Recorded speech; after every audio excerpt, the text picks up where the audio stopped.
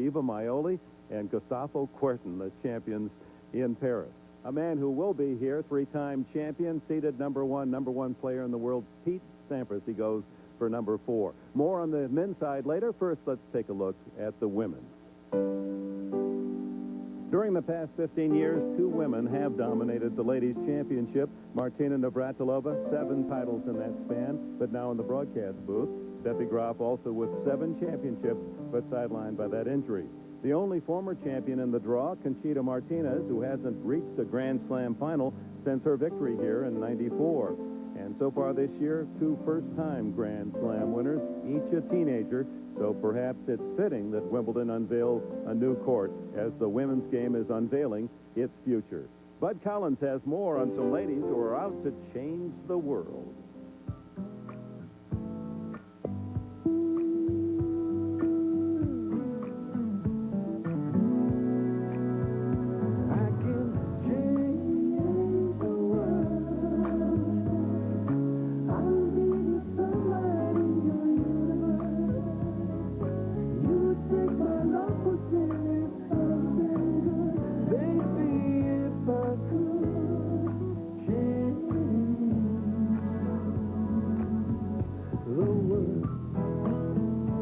The young lionesses are on the prowl now. You can hear them growling, some of them cubs.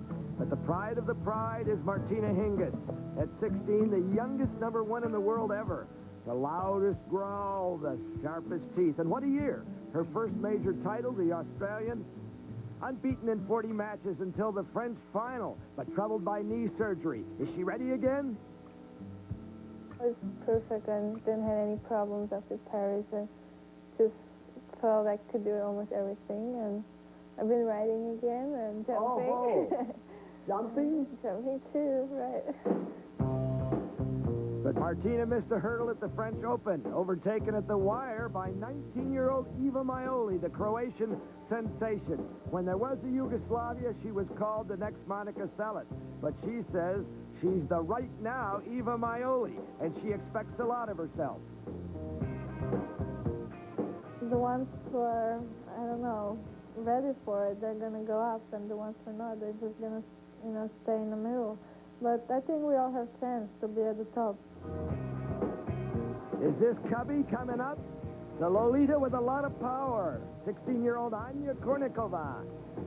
She can volley, too, and does she have confidence? But if you want confidence with a capital C, Venus Williams at 17. Great hair and hair-raising stroke.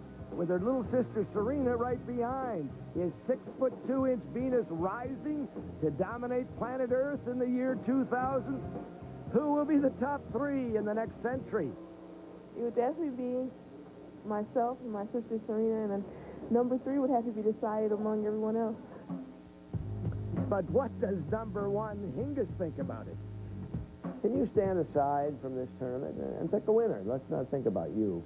Well, I'm still the number 1, so you always have to think no one's under you, or you are not allowed to lose against anybody. But Wimbledon is such a special tournament, such traditional, and yeah, well, I try my best, and we'll see who the champion is going to be at the end. But right now, I just say myself. All right, Bud, so the fabulous 4 of women's tennis, precocious, gifted, brash, now they convene at Wimbledon and the place of this sport's richest history, each bringing glittering glimpses of this sport's future. After the break, their place in the women's draw and a visit with Chris Evert. This Wimbledon preview is brought to you by Ford and your Ford dealer. Have you driven a Ford lately? By the Nicoderm CQ Stop Smoking Patch. You bring a commitment, CQ brings the rest. And by Gateway 2000. Personalized computers shipped factory direct. Back to Wimbledon. Here's how the women's draw could play out into the 4th round. At the top, Martina Hingis. Since 1975, only the 5th different ladies' number 1 seed. Youngest Wimbledon champion ever, thanks to her doubles title last year. Now her old court game makes her the favorite in singles. American Lindsay Davenport hasn't been beyond the quarters at a major, but her Olympic gold provided testimony of her considerable potential. Eva Maioli, French Open champion, but unproven on the grass courts of Wimbledon. 94 champion Barcelona's Conchita Martinez, her seed down to 12, her lowest in 6 appearances at the championships. The bottom half of the draw features several top women in search of a Wimbledon breakthrough. South Africa's backboard Amanda Kutzer is having her best season in 97, but has never been beyond the 4th round here. The grass suits Jana Novotna's game, but she's remembered most for a memorable collapse. The Barcelona Bumblebee has lost to Graf in the last 2 finals and is on a collision course with Mary Pierce in the quarters. With 9 career Grand Slam titles, Monica Seles still seeks her first Wimbledon championship. This wide-open tournament could be her best chance.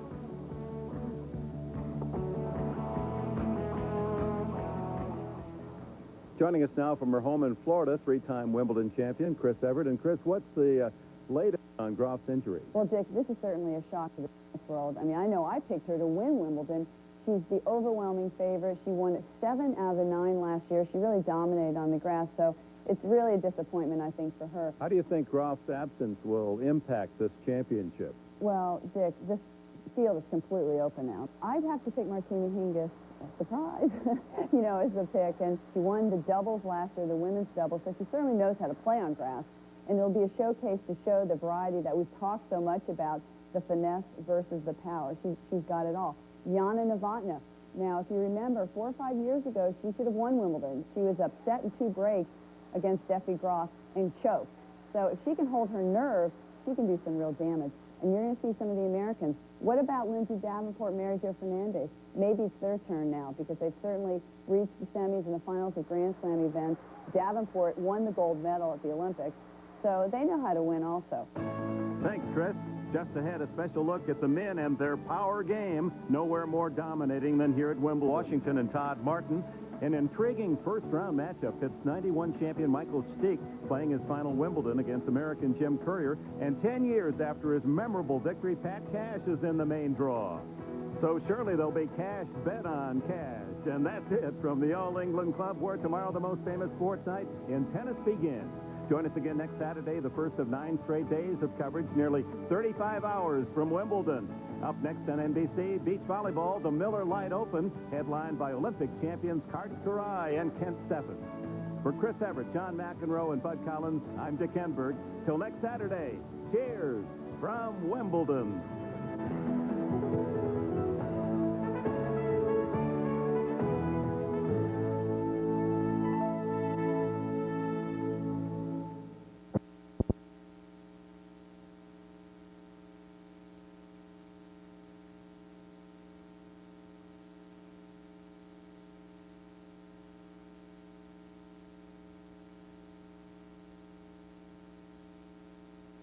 In her second-round match against the 80th-ranked Olga Barabenchikova from Belarus.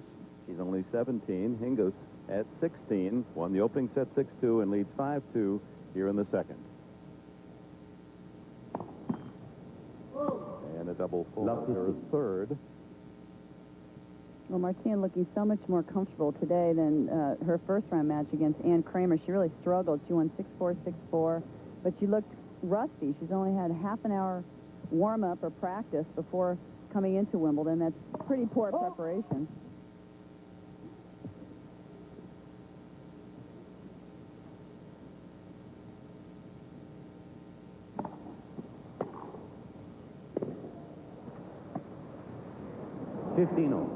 Barabenchikova lives in London, so has the opportunity to practice on grass more than if she were living in any other parts of the world.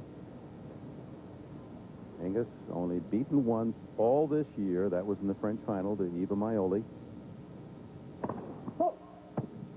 I think that loss in the French is really going to make her more eager. It's certainly taken the pressure off her, being undefeated for 6 months.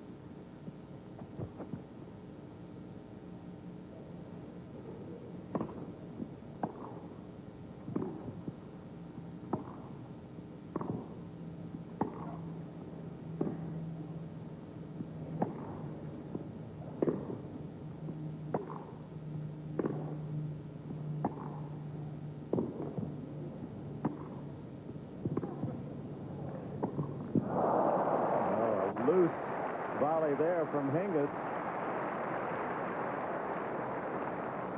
30-15. Maybe that shot comes with not really taking this player, Barabanchikova, too seriously. She's very comfortably ahead, 6-2, 5-2.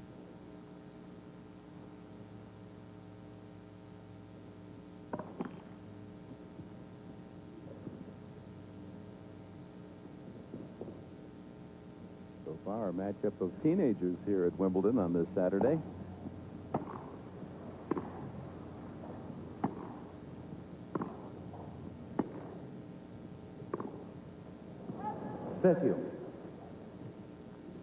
Not really venturing to the net as usual, Martina Hingis. She has an all-court game. She has a very efficient and very capable volley.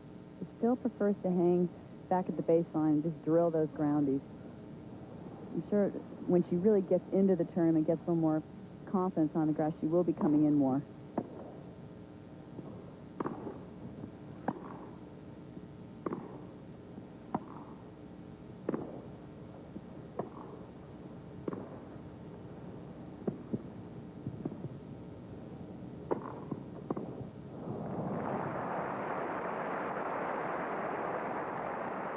That takes Hingis to match point. 13-14.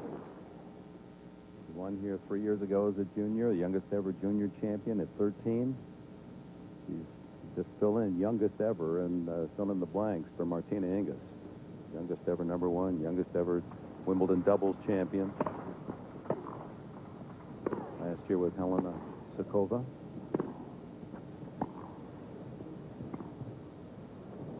Game 7 match. So Hingis is through to the third round. Straight set. 6-2, 6-2 over Olga Barabanchikova. And we'll meet in the third round an American. A match to be played later. Lisa Raymond or Nicole Arendt.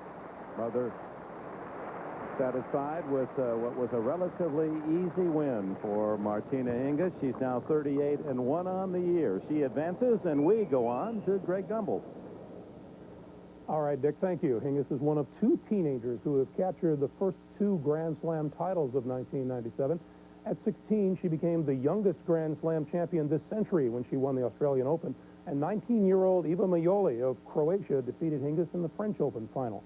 Currently, they represent the vanguard of young players preparing to turn the women's tour into girls' town. American Venus Williams thinks it won't be long before she becomes the reigning team queen. The young guns of the women's tour share many traits. Perhaps the most noticeable is confidence. Win over Jana Novotna in Paris, an emotional win for her. Very good left-hand player, excellent doubles player, so grass certainly suits her game. Doesn't have one big weapon, though. I think that could hurt Martina. Left. Second serve. Martina Hingis, who won the junior Wimbledon singles title here 3 years ago at age 13, the youngest Wimbledon junior champion ever. And she's lost only once at Wimbledon, or to one player at Wimbledon. Steffi Graf has beaten her 2 previous women's championships. 15-30.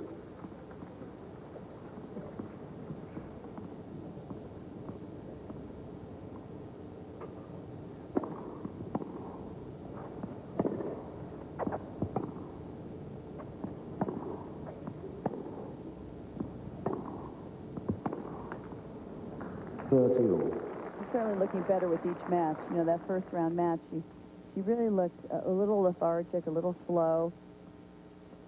But she's nailing the ball now. She's coming in when she needs to. She's hitting some big first serves.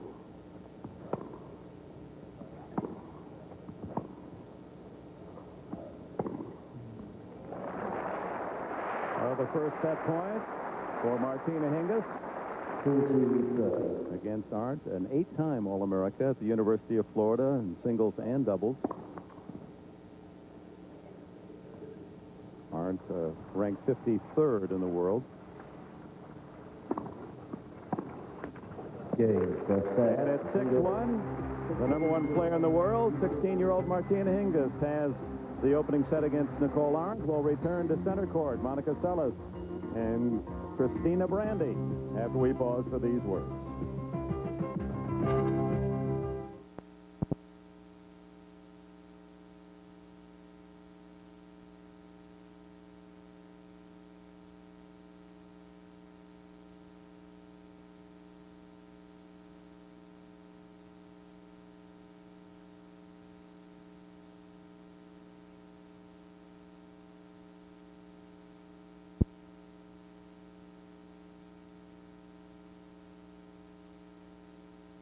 renowned face, Martina Hingis. 3 years ago, at just 13, she became the youngest ever junior champion here at Wimbledon. Then last year, her doubles title with Helena Sukova made the Swiss sensation the youngest ever winner of any Grand Slam title. And earlier this year, a victory at the Australian Open, Hingis then became the youngest Grand Slam singles titleist of this century. Soon after, she would become the youngest ever world number 1. At 16, she's dominating women's tennis, playing and thinking well beyond her years. Martina Hingis, current and a future star of the game. Bean Appelman, Dick Enberg, and Chris Everett have that call. Well, Chris, Martina Hingis continues to cruise. She's not given up a set throughout this championship thus far, and that was relative breeze, 6-1.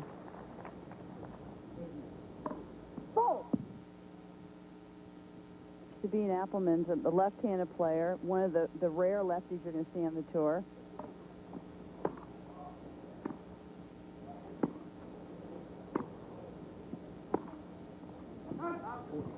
It's always a challenge to play a left-handed player because of the ratio. You play one lefty, and then you don't play a lefty again until you play 20 right-handed players. So the spins are different. They go in opposite directions. You really have to change your game and be alert. And on grass, especially effective. Martina, John McEnroe, Rod Laver, they've done some damage on the grass.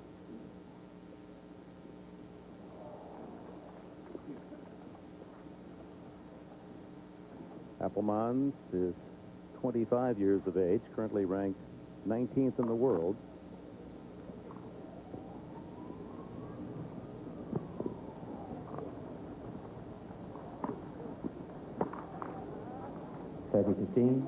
Last year at Wimbledon, she made it to the round of 16 before losing in 3 sets to Sanchez Vicario. And she's a solid grass player.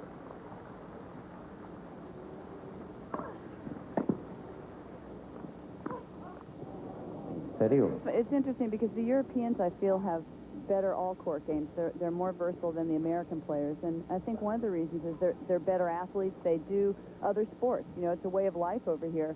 The Americans seem to just concentrate on one sport at a time.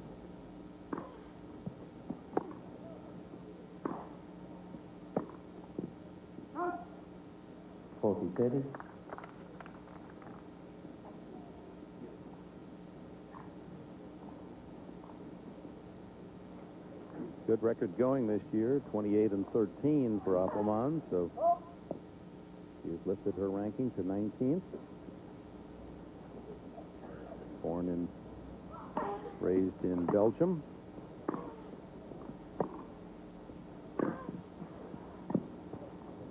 From behind the baseline, Martina Hingis shows us the meaning of soft hands. She can generate power, but she can also just flick it over the net with a lot of underspin.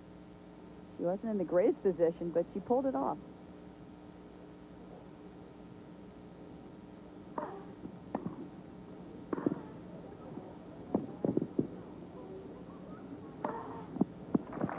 Good aggressive grass court tennis. The highlight of Sabine's year was the Australian Open. She reached the quarterfinals, and afterwards she sealed the Belgium victory over Spain in Federation Cup. She had a huge win over Arantxa Sanchez Vicario.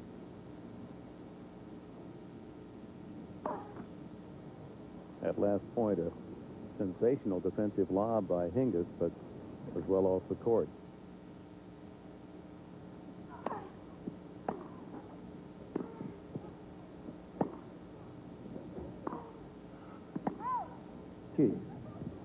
And like most left-handed players, I find during my career, they have weaker backhands. You know, they all have big, flowing forehands. That's their dangerous weapon. But a lot of times, just chip that backhand back. You really don't do much with the backhand.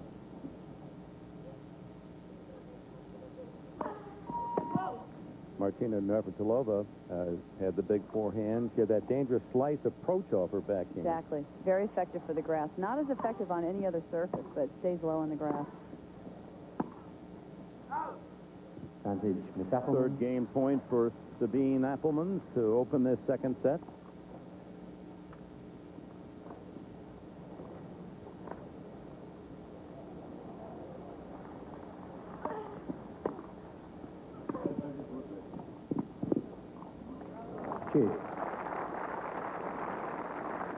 Some have accused this young 16-year-old Hingis of having more than one pair of eyes. She just seems to see not only her opponent, but the court, the ball, and always know the right place to put it.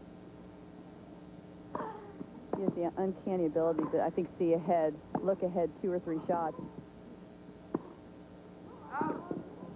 Just at times still shows patches of inconsistency. I think the first set was pretty easy for her. She's on a side court. I think your attention span is a little more alert when you're on a center court playing in front of 14,000 people. Game, the Doublemint. Well, a little toss of the racket and disappointment for Martina Hingis as Sabine Appelmans owns the opening game, second set. Court 2. Martina Hingis, number 1 seed, number 1 in the world, 6-1 in the first set, serves love 1 in the second. The number 2 seed in the championship defeated yesterday, Monica Seles. So the top contender now, should Hingis advance, is number 3, Jana Novotna, a servant volleyer, and many have picked Novotna with Steffi Graf out with injury to win this title. But Hingis says, I'm number 1, and isn't number 1 supposed to be the favorite?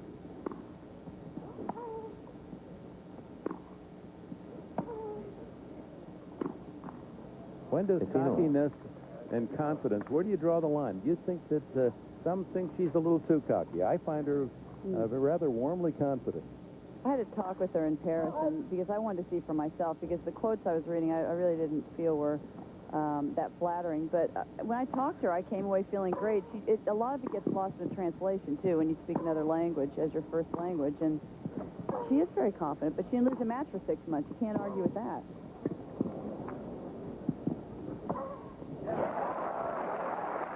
Sabine Appelmans, not really a well-known player, but very, very popular in Belgium. She was voted the Belgium Sports Celebrity of the Year award, and she was voted Belgian Sportswoman of the Year, and she has her own fitness video, so she's very popular, very well-known in Belgium, sort of their heroine.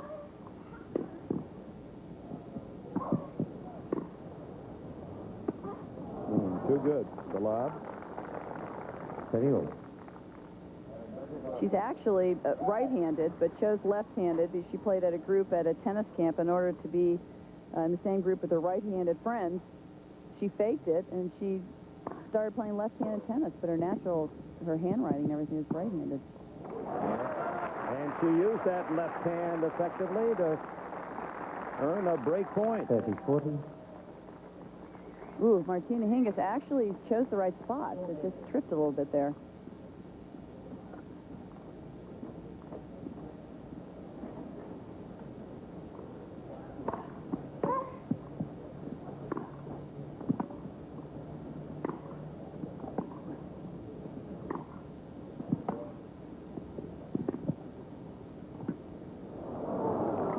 Interesting. Hingis went to the slice backhand, and it paid off again. Martina Hingis playing with more power right now. If there's a chink in her armor, she tends to get complacent when she's ahead and she's winning too easily. She gets a little mad, she starts hitting the ball harder. She's serving harder and flatter. She has a big serve, but she doesn't use it enough. If she should win the singles championship, she'll be the youngest since the last century, 1887, Lottie Dodd. Well, you're talking about modern-day tennis and more. She would really confirm her precocious talent.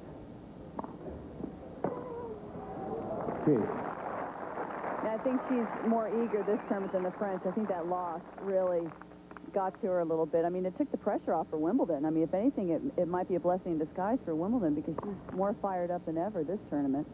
And she doesn't have to carry the weight of the unbeaten season. She's now 40-1. They only lost to Eva Maioli in the French Open final.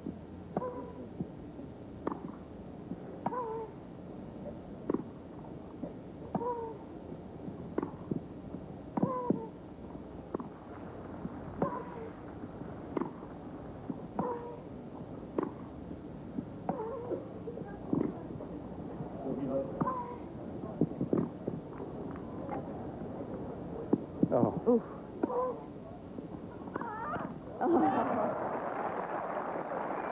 that's her favorite shot, that backhand down the line.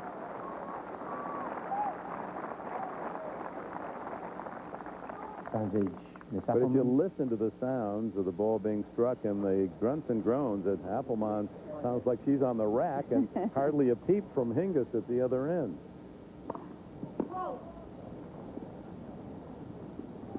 Another break chance for a 2-love lead.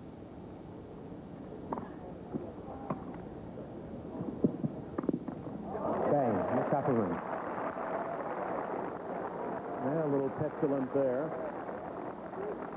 She's received a lot of warnings in the past for bouncing her racket. And I believe she was just given a warning there.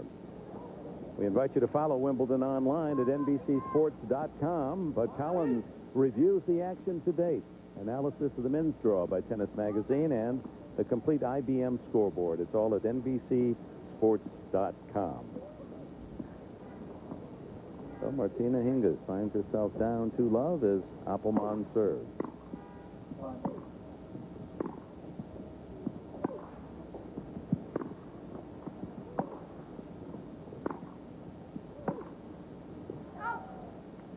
About 15. And this is why she's number one, because in every other match when she's been down, and I've watched her play a lot of matches this year, she always has the ability to go up to another level. She gets a little mad at herself, starts hitting the ball harder, concentrates more. She hates to lose. She's a great competitor.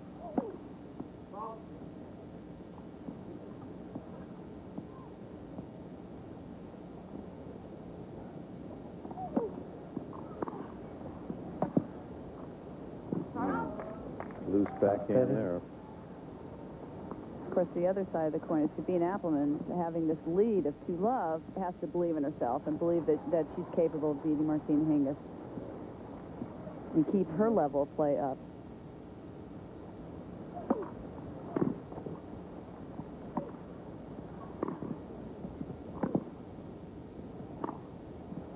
Oh. So triple breaker for Hingis. Is back on serve. She just moves so fluid and keeps that upper body so still, gets all the power and the mobility from her legs.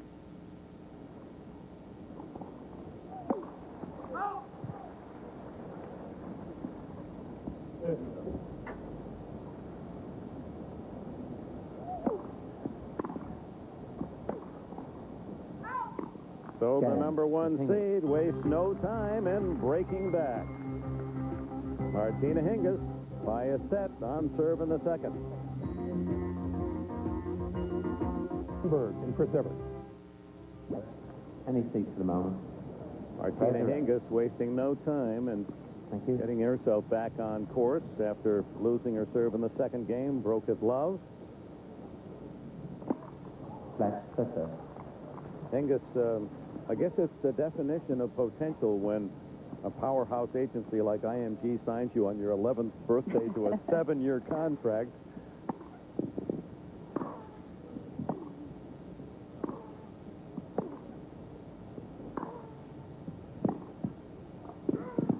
She's just been good from 8 years on. She's just been the best at her level and more. She was the earliest to win the juniors here and youngest to win this, youngest to win that, youngest Grand Slam winner in Australia. Well, it's normal for her to be a winner, and that's why the transition from the juniors to the pros came so easily, because she just has been a winner her whole life. She doesn't know anything different. Sort of like winning becomes a habit after a while. But, you know, we've talked about her game so many times as the number 1 player, and she really, it's obvious she doesn't have anything to blow you off the court with, and you said that to me at the French. There's nothing that really strikes me and says, wow, she looks like she could beat anyone anytime. Well, she doesn't have the foot speed or the power, the big forehand as Steffi Graf had, or the serve volley as Martina. But I remember a quote John McEnroe once said about his game when someone asked him what his greatest strength was. He said, my greatest strength is that I don't have any weaknesses. And I almost compared the two. I think you could say almost the same thing about Martina Hingis. It's hard to find a little opening there in her game that you can capitalize on. Just out 40-15. Well, many have said the same, making the comparison between Hingis and you, that you just didn't ever beat yourself. you had weapons both ways, but it wasn't as if you said, "Oh man, that's the best backhand I've ever seen." But she does have more power on that backhand wing, doesn't she? Oh, it hit the line.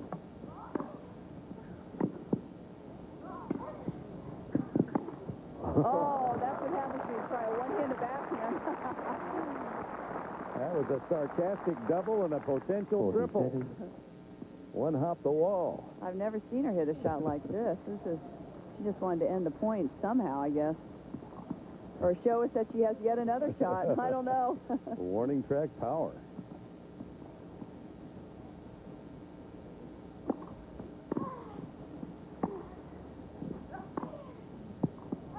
Again, It's 2-all.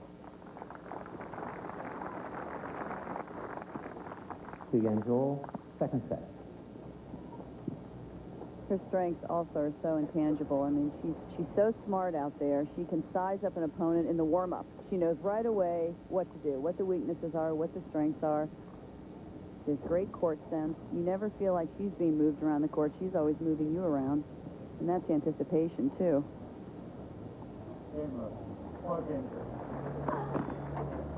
And you know what? She's still new on the tour, so the players really don't know her patterns yet. And wait another year or two. They'll catch on.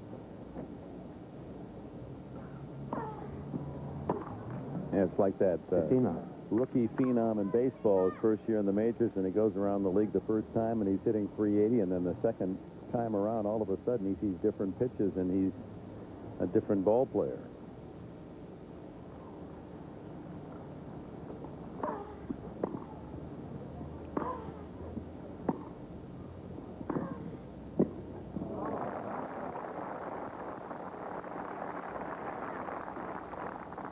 Well, this is a pretty deep approach shot, but Sabine just hooked that one. Again, the stronger side, her forehand. Martina Hingis, the great thing about her is she'll miss a couple volleys, and that doesn't stop her from coming in. You know, she'll keep coming in.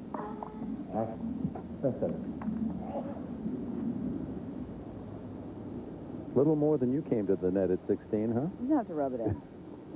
I like to say I didn't need to come to the net, but towards the latter part of my career, I needed to. And that's why I wasn't number one.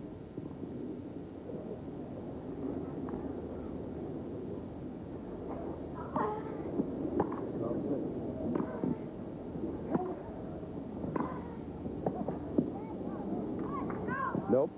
41.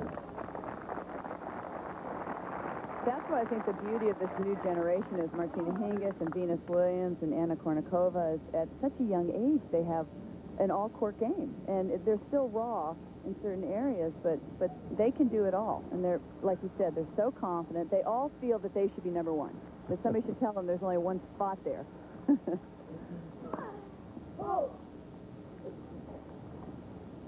Yeah, Vic Williams, Richard Williams, Venus's dad said next year this time my daughter's going to be number one. Martina is number one. Again, the supplement. But she's on serve in the second after winning the first set. Point with Hingis up a set and serving at 4-3 in the second. Here are Dick Enberg and Chris Evans.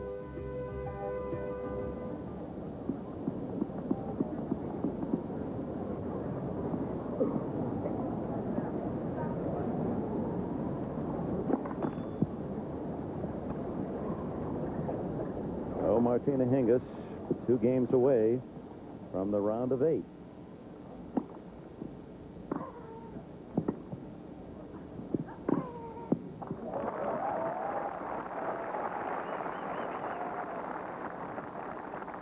Appleman's really this set doing a lot better. I think she's just playing the ball and not her opponent, forgetting the big name that she's playing against.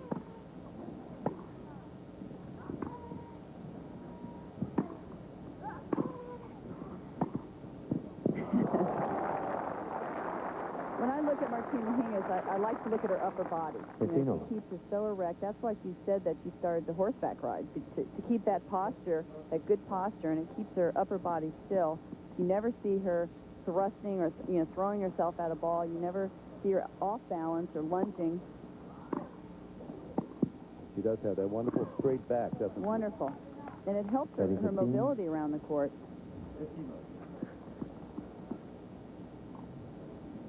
gets her power from her legs.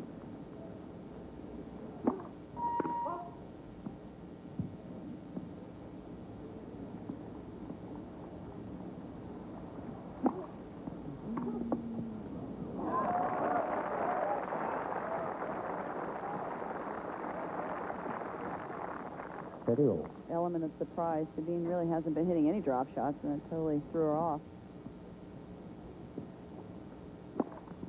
Left, first service.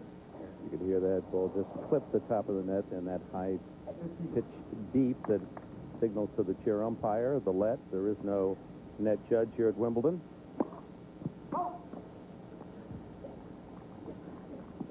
Partially because of the safety factor, the way especially the men hit with such high velocity, up to 140 miles an hour.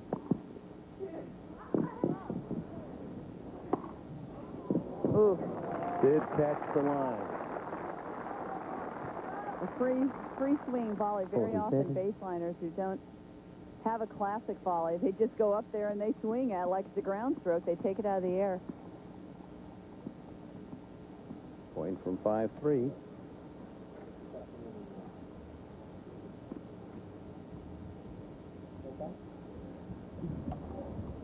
Something in the left eye of Appelmann's.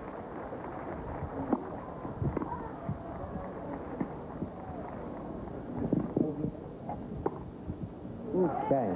The thing is, 5-3 for the #1 seed. And this is definitely one of the toughest shots in three, tennis. second The set. backhand overhead. She just picked the spot and she went for it. You don't have as much power off the opposite side. There, she kept both hands in the racket and was just a little punch. She didn't try to overhit the ball, make it more difficult. And she didn't muscle it either.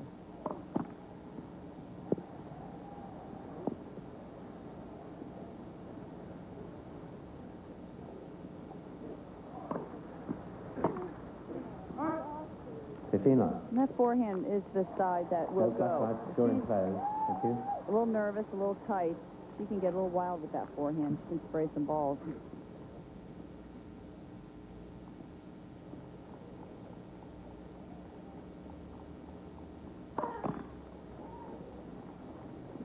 There's a good chance for you to see the straight line back approach of Hingis as she's in the near court.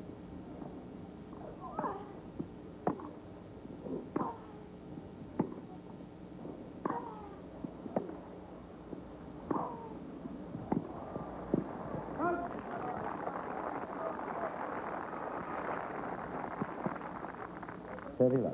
If you're going to beat Martina Hingis, that's the only way you're going to beat her, to try to overpower her, to come into the net. Because you won't win from the baseline. I'm happy for Sabine Appelmann. She's almost blown off the court in that opening set. She played very well this second set. She had a big win over Brenda Schultz McCarthy the round before. Pretty easy, straight set.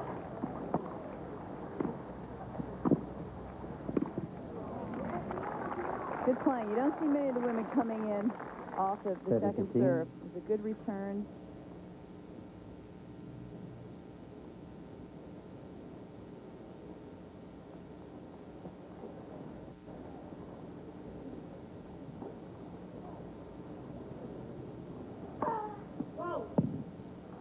Winner of this match will meet either Maria Vento of Venezuela or Denisa Kournikova, woman who beat Lindsay Davenport.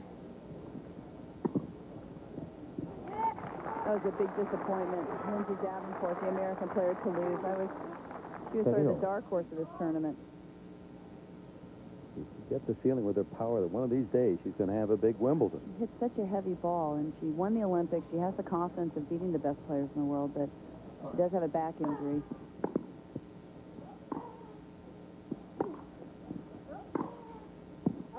And the match point for Martina Hingis.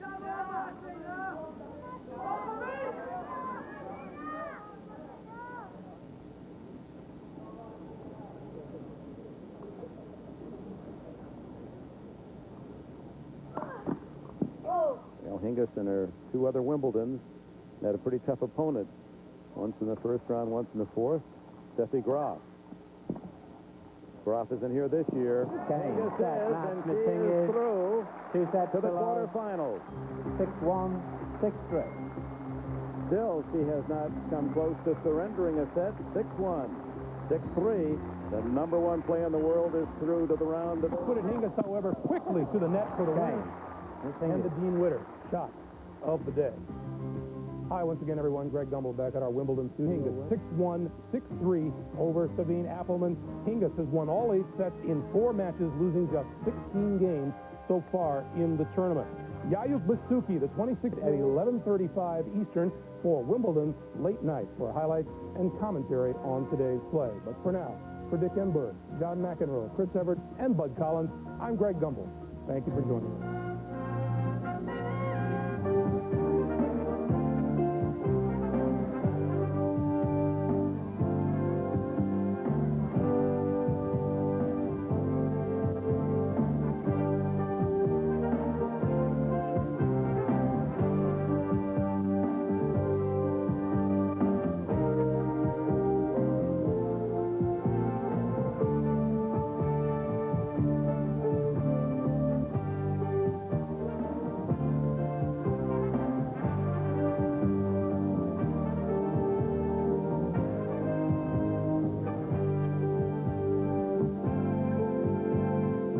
This year, her only loss, the French Open final to Eva Maioli. Maioli won't reach the final here. The number 4 seed beaten by the youngest player in the tournament, 16-year-old Anna Kournikova, 7-6, 6-4.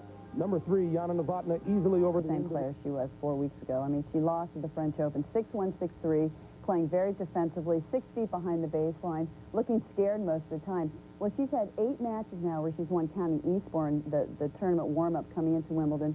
She's beaten some pretty big-name players, and she's just covering the court so much better and playing attacking, aggressive tennis. One thing's for certain, Martina Hingis is finally playing someone younger and cockier than she is, and that's hard. A tough one. That's a tough one. That's a tough one. Hingis is going to come out all business and very focused. All right, John, was Pete Sampras caught looking ahead a little bit for Wimbledon late night and a look at the best of today's play? But for now, for Dick Enberg, John McEnroe, Chris Everett, and Bud Collins, I'm Greg Gumbel. Here, Anya Kournikova. Martina Hingis. One will play for the most treasured title in tennis.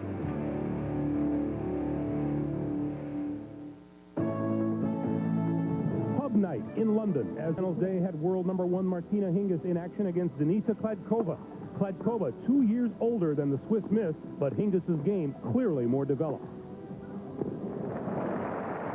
Hingis, serving for the match, still has not lost a set at these championships, and she seems to be unaffected by a cold or the accelerated rate of play.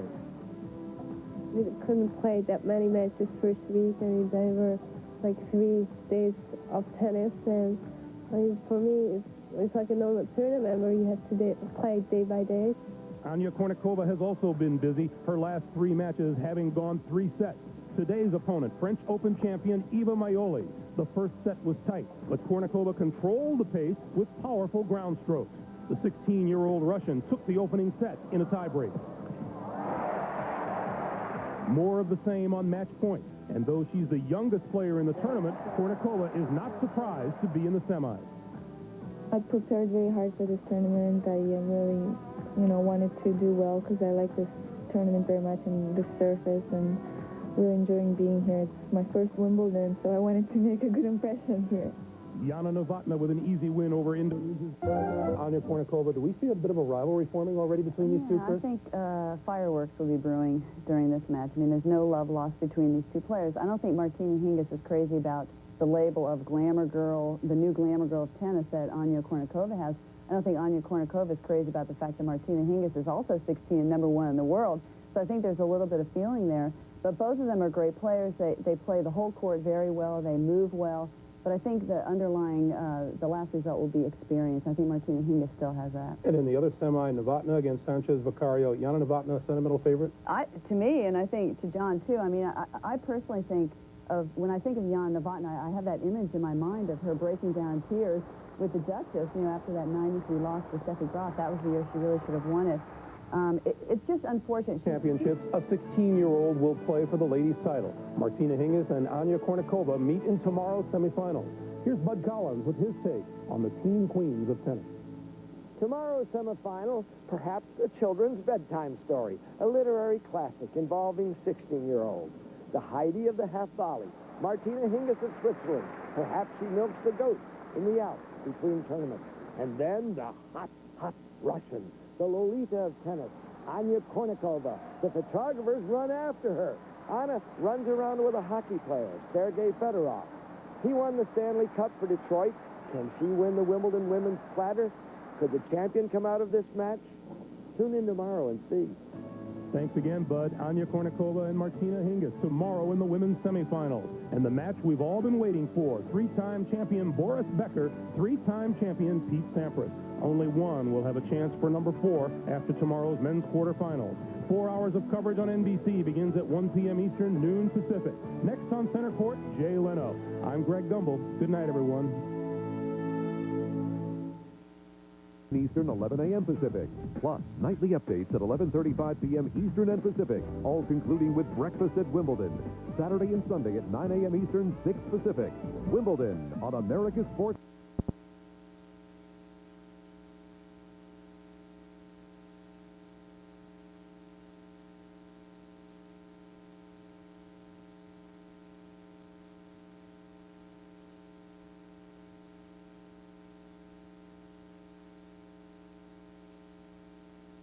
Of the championship, Wimbledon.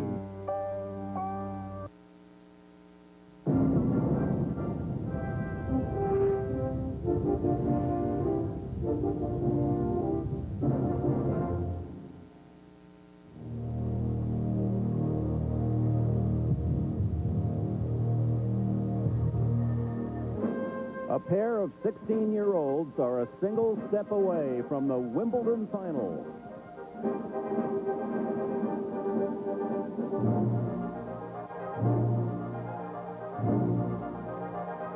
Anya Kournikova, Martina Hingis.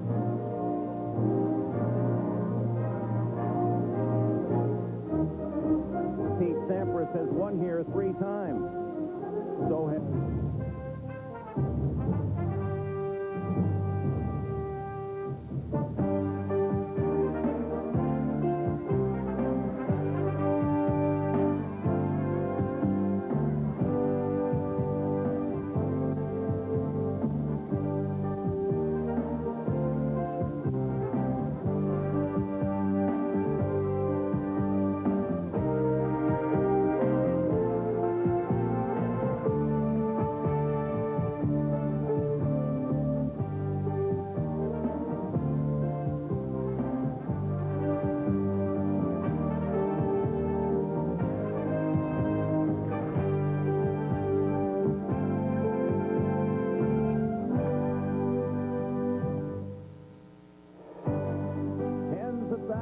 So arriving at the All-England Club on this Thursday for another rich Wimbledon menu. Prize tickets they are to see the women's semifinals.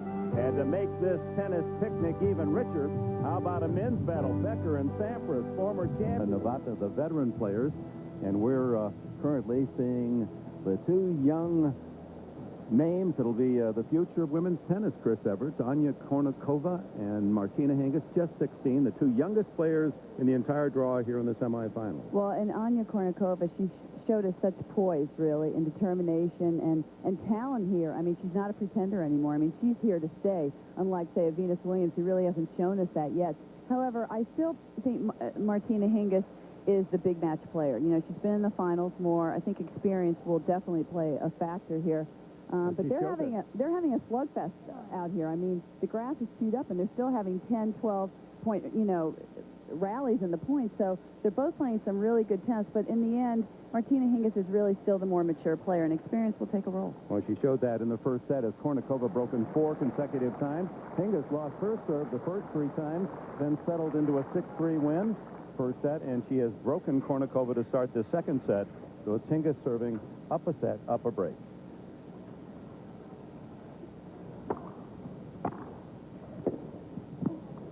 Love to see.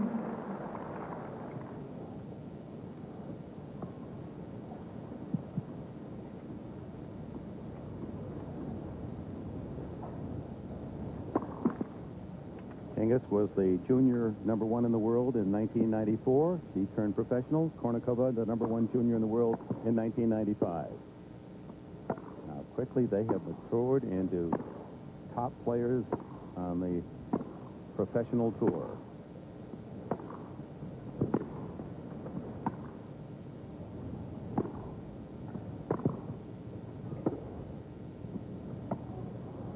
Oh, my. That's an example of the great rallies we've seen.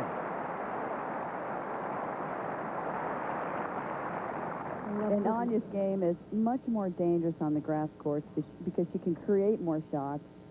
Her pace will be more dangerous, but she still has that touch. She can hit the drop shots and the soft volleys when she needs them.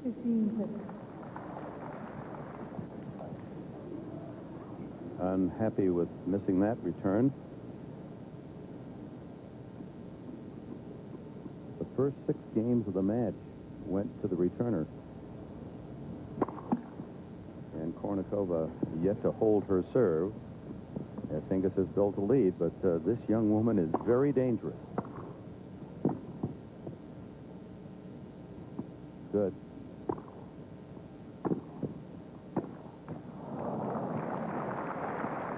And the reason why she looks like she hits harder from both sides over Martina Hingis is because she doesn't have as much topspin on the ball. She hits the ball flatter. Therefore, it doesn't have the margin. The margin for error is greater because she's going to hit a lot of balls in the net, too.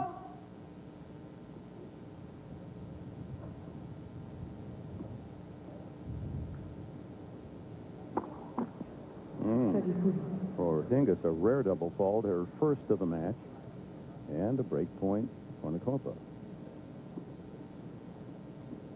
Hingis more emotional, at least has displayed more emotions, has thrown her racket a couple of times. No warnings, however. Well, that's what I'm most surprised at. Kournikova, she's questioning a call here. A couple of questionable calls this match. Kournikova had a reputation in the juniors as being a bit of a crybaby and whining and complaining and walking off court sometimes. And what I'm impressed with is her poise this tournament.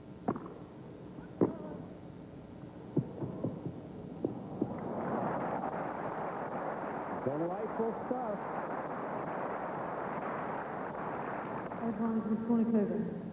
She sees that she has Martina Hingis way behind the baseline, and why not try a drop shot? Now a second serve at break point. See, there have been plenty of opportunities. Second serve.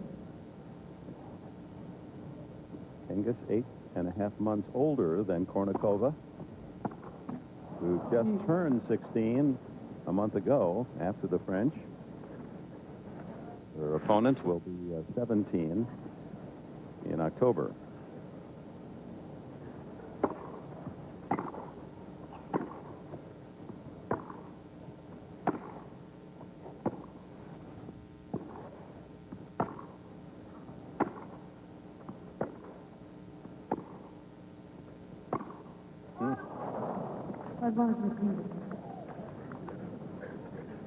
They're the youngest semifinalist, Jennifer Capriati, when she beat Martina Navratilova early in the 1990s, was just 15.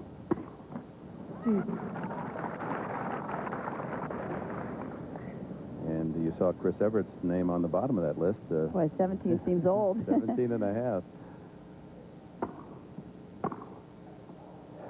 Good. Hingis doesn't agree. Another break point, Kournikova, her third in this game.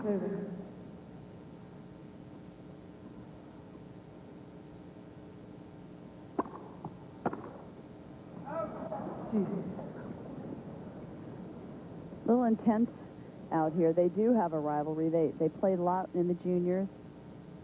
Kournikova has been certainly getting more headlines in the press, the tabloids here, about the new glamour girl in tennis. I don't think Martina appreciates that too much.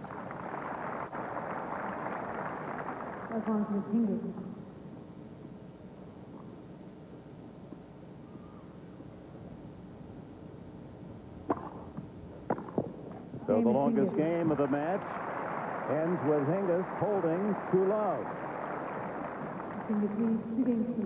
A reminder, as we see Kournikova. She's been doing a lot of stretching and leaning. I don't know whether she has some muscle tightening or whether she's just fatigued from the rigors of this championship. Strained her left hip, actually, yesterday, Dick, and had to withdraw from the mixed doubles. She had a singles match, and she came out and played a 3-set doubles match, and then she withdrew. That's the problem when it rains, and, you know, the matches are all backed up because the players playing in all 3 divisions have to sometimes play 3 matches a day, and that's cause for concern. I mean, that can really aggravate some injuries.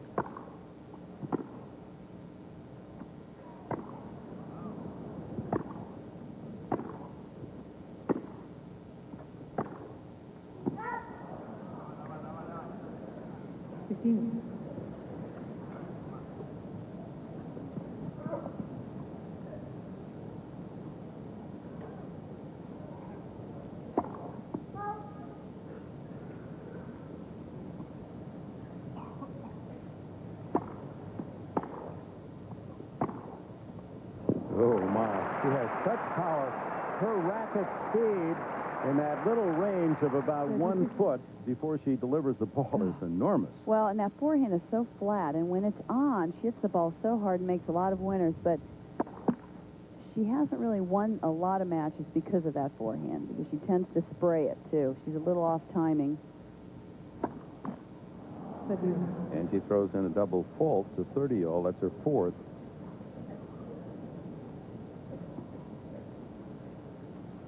It's a little different playing someone your own age out there than it is playing a veteran, a 25 or 30-year-old. There's a lot less pressure when you play someone older.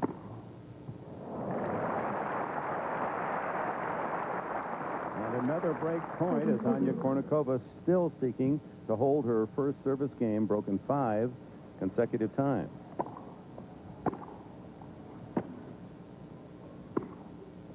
And again, 6 in a row. She's lost her serve, and Martina Hingis now leads 3-love in the second. The #1 player in the world. Is she on her way to the Wimbledon finals? The Championships, Wimbledon, brought to you by American Honda, maker of fine quality automobiles, motorcycles, and power equipment. By Visa, it's everywhere you want to be. By Head & Shoulders, because great hair can't have flakes. And by Gateway 2000, personalized computers shipped factory direct. Gateway 2000, you've got a friend in the business. Two very attractive young women, both off the court and their play on the court, and they've sized each other up, not just in serves and backhands. We are for sure different girls on the court with different personalities, different character.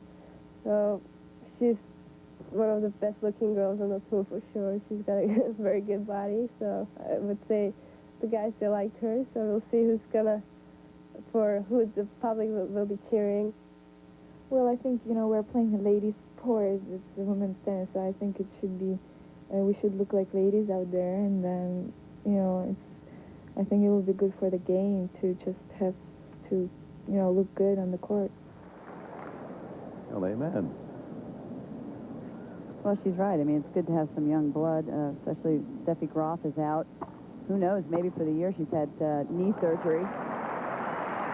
So these two youngsters have certainly hit the women's tour at the right time. We need them. We need new personalities and new talent out there.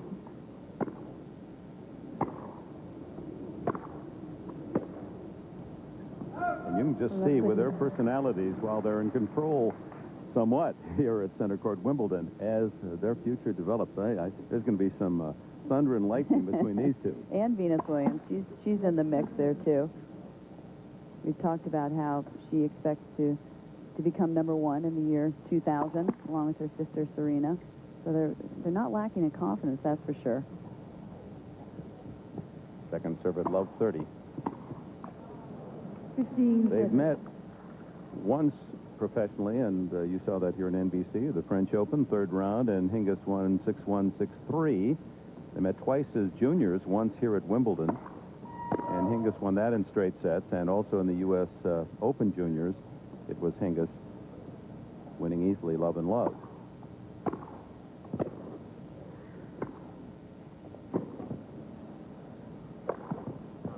But there is no question that this young woman, Anya Kournikova, in the last year has taken giant strides in her game. The beauty of these younger players is that they have all-court games at such a young age. You know, in the past, myself included, we had one-dimensional games at age 16 or 17, but they can do it all out there. Kournikova gets one of the breaks back. Let's spin back to Wimbledon in 1994, 93 actually. That's Martina Hingis. 6-4, 6-3. 1994 Wimbledon Juniors. 15 minutes. And at that time, Hingis seemed much more mature, although their ages similar. Kournikova's caught up. 15 minutes. By far her best tournament as a professional Kournikova.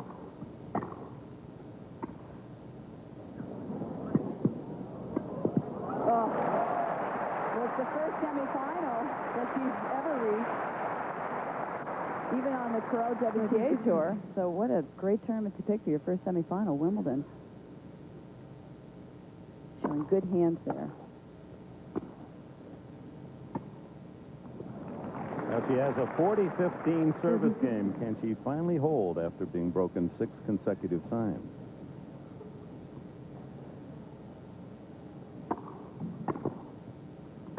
Yes. 3-2. Hingis leads by a set and now by only 1 break in the second. Wimbledon continues tomorrow at noon Eastern, 11 a.m. Pacific. Plus, update shows tonight and tomorrow at 11:35 p.m. Eastern and Pacific, all concluding with breakfast at Wimbledon. Saturday and Sunday at 9 a.m. Eastern, 6 Pacific. The championship, Wimbledon on NBC. Welcome back to historic Center Court Wimbledon. 2 young 16-year-olds being watched in the royal box by former President of the United States, George Bush, and wife Barbara. It was George Bush who presented Chris Evert into the Tennis Hall of Fame. I know you're a very close friend. Funny story how I first met President Bush. Pam Shriver's also a very good friend of his, and Pam was invited to a state dinner when he was vice president, and she called me up and she said, Vice President Bush and Mrs. Bush would love to meet you. Do you want to come have a little slumber party and spend the night at the Vice President's house? So I said, sure. I took him up on it, went up there, had a great dinner. The next morning, there's a knock on the door, and it was Vice President Bush at that time. And he said, come on over for breakfast. We said, fine, let us shower first and get dressed. And he goes, no, come on over in your robes. So we went into he and Barbara's bedroom in our robes, and there they were in bed in their bathrobes with the newspapers and the grandkids and the dogs all in the bed, and I knew he was my kind of guy right there and then. Yeah, they were here yesterday, again today, enjoying the tennis. Semi-finals day. And after this match, Arantxa Sanchez Vicario and Jana Novotna will battle in the other semi, and in between the men's match, Becker and Sampras. So it is a full plate for those with tickets at Center Court today.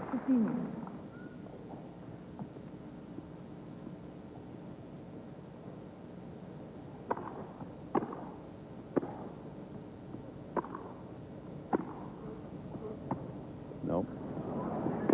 Not good enough. Ooh.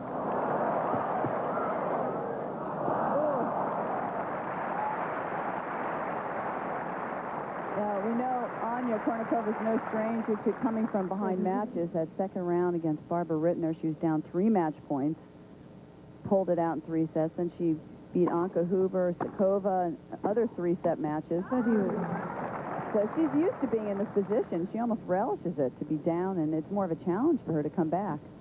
Hingis again staring at that baseline, but the depth of Kournikova's shots and the power have strangled some of her returns. That one was a bit long. A point for 4-2 for Hingis, who took the opening set 6-3.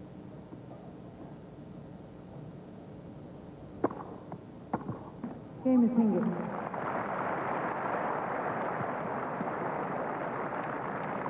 There left on the friends box are both mothers, both highly instrumental in their careers. There's Alla, Kournikova's mother,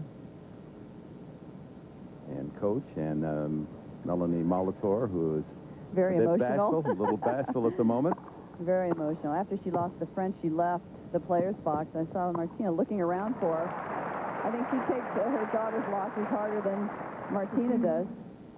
She was a top 30 player in Czechoslovakia at the same time as Martina Navratilova, and it was then after the great tennis star Navratilova that Hingis was named.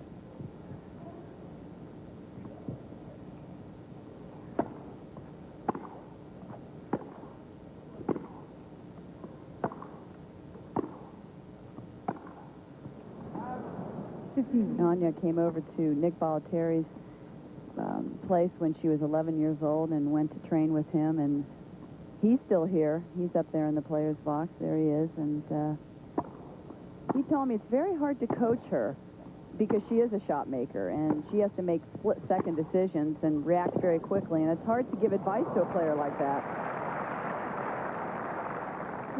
They certainly have had their ups and downs, and I think her mother, Alla, is taking more of an active role in the coaching of her daughter. I think they're looking for a hitting partner right now. She's talking to a few of the coaches and pros. I saw her up in the tea room yesterday.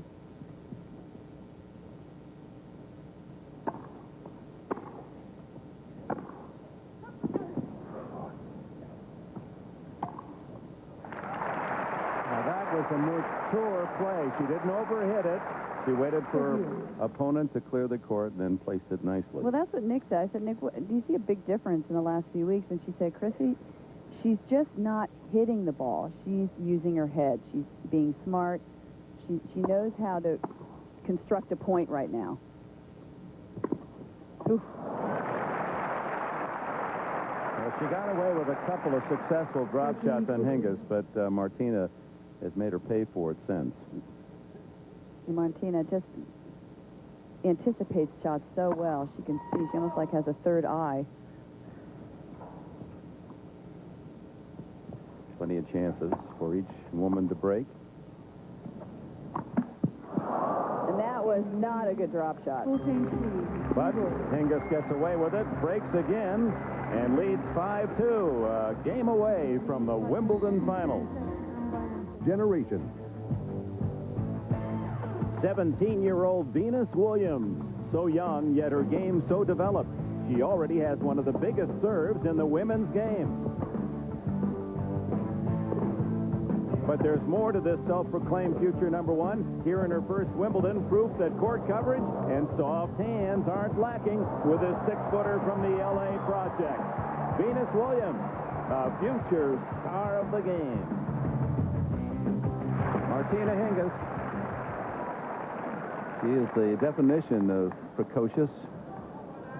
At 16, the youngest to win a Wimbledon title a year ago in doubles with Elena Sukova.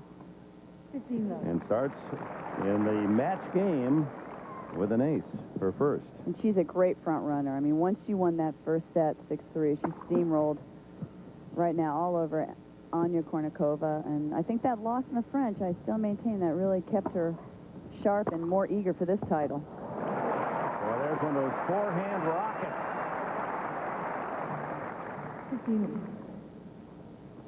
There's that flat forehand that has a tendency to go off, and it has in this match a little bit too much. Another good serve from Hingis, 2 points from victory. And that's a sign of confidence, because that is not Martina Hingis' strongest stroke by any means. But when she's getting some big first serves, then that means she believes in herself.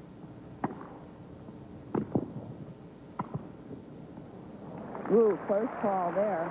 To match point for the number one player in the world who has lost only once this entire year, 42 victories, 1 defeat. Whew. And Anya Kournikova hits a piercing backhand on match point. This has really been her coming out tournament.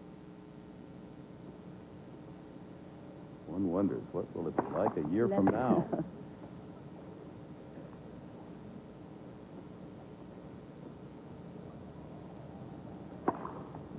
What a serve, Martina Hingis. is through to the Wimbledon finals, endeavoring to become the youngest woman this century to win the Wimbledon title. 6-3, 6-2 over Anya Kournikova. This well could be the genesis of a rivalry that could last for a decade ahead. Hingis is through. She'll meet either Arantxa Sanchez-Vicaria or Jana Novotna. They play later, and coming up next on center court, Pete Sampras, Boris Becker, two three-time Wimbledon champions. We'll be right back.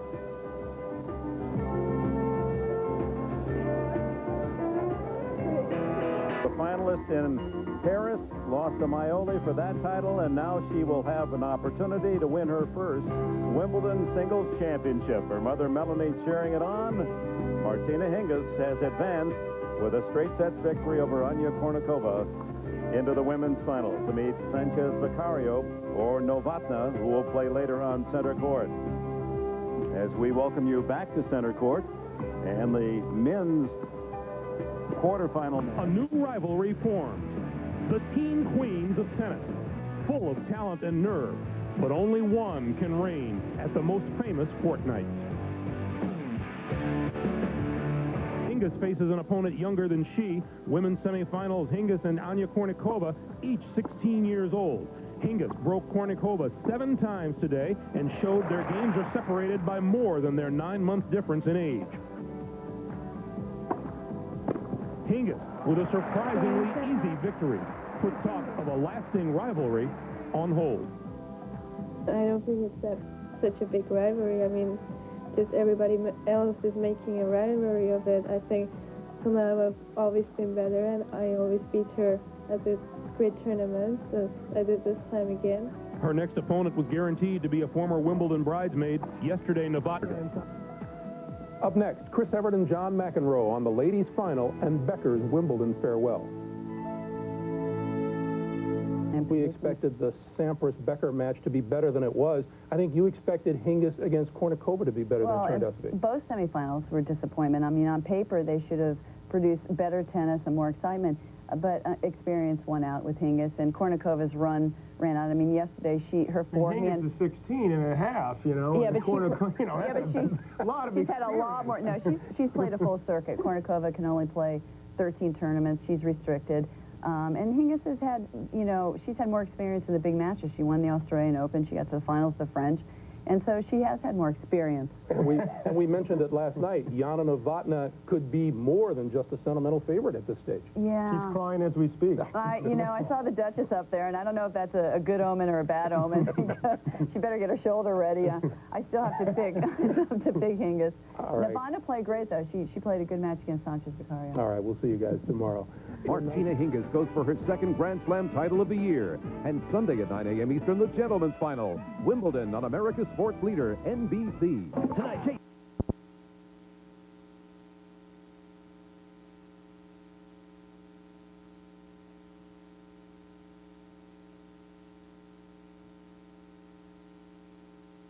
Queen, Martina Hingis. Will Wimbledon be hers to rule?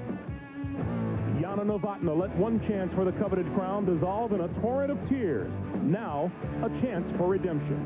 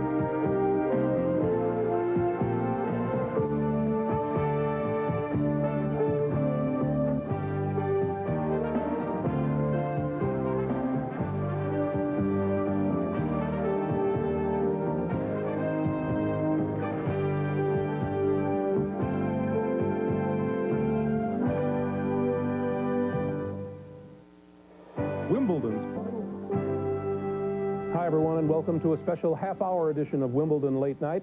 I'm Greg Gumbel, and I'll be joined shortly by Chris Evert and John McEnroe for a preview of Breakfast at Wimbledon, the men's and women's finals. Later on, Bud Collins will provide his own unique perspective on the premier event in tennis, marked by the final center court appearance, the Novotna final, when we come back.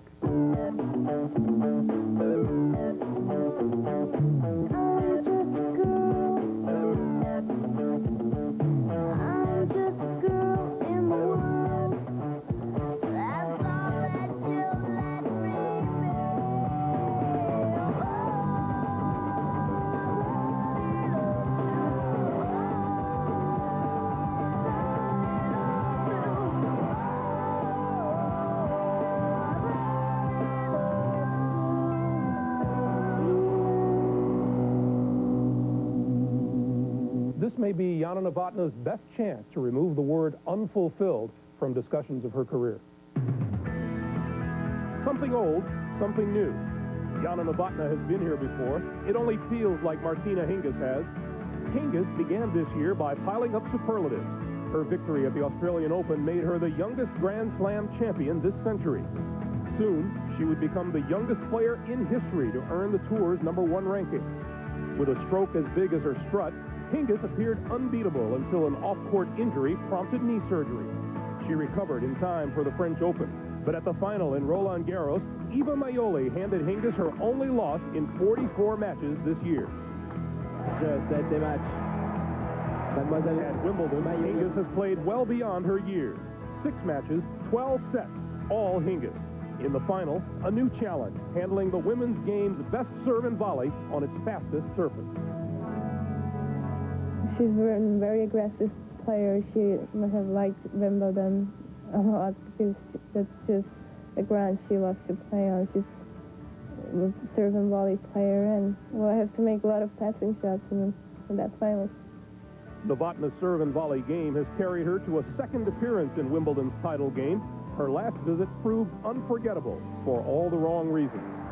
She led Steffi Graf 4-1 in the third set, the coveted crown within easy reach. Then, a collapse as swift as it was sudden.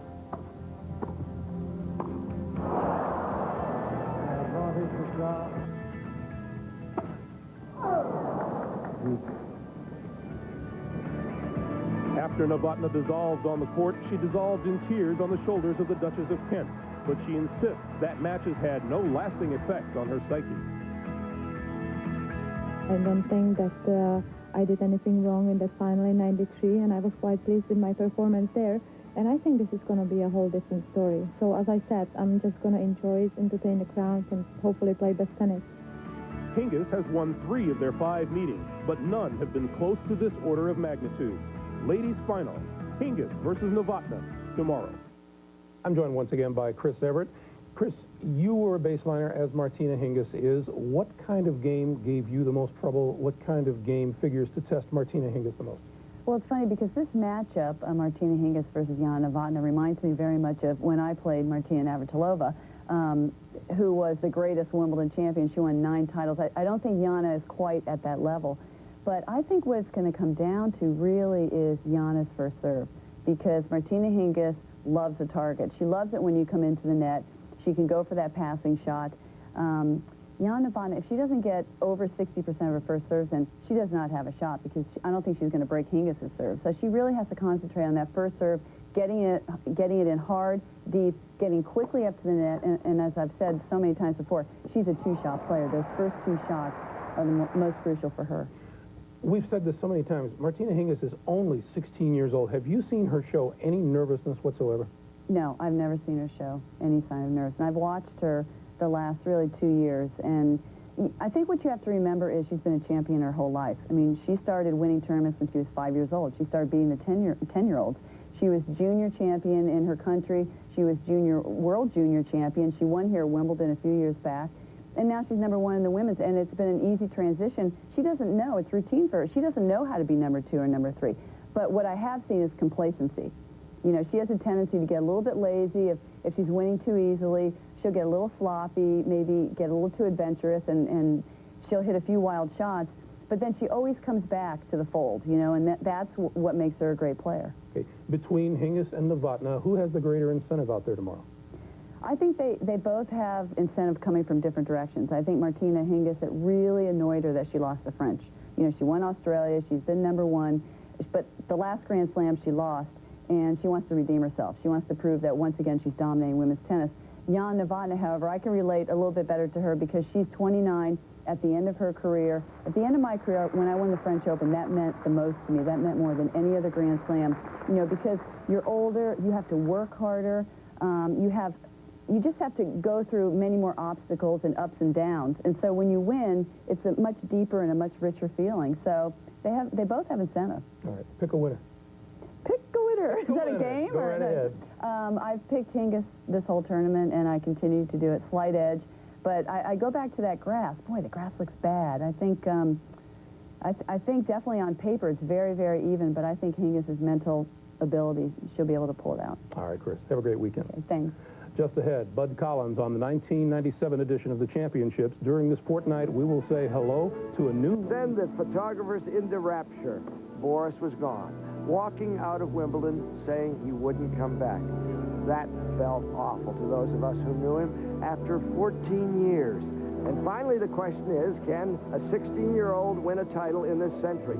Martina Hingis against the hard-volleying Jana Novotna, who threw it away 4 years ago. The last of the American Mohicans is Pete Sampras. Well, we've been drenched and drowned, but I've loved it because I'm a tennis degenerate. 9 a.m. Eastern, 6 a.m. on the West Coast. The ladies' final with Martina Hingis and Jana Novotna. One of them will become Wimbledon ladies champion for the first time. Up next on NBC, it's The Tonight Show with Jay Leno. For all of us here at NBC Sports, good night from Wimbledon. The most famous fortnight has its Final Four.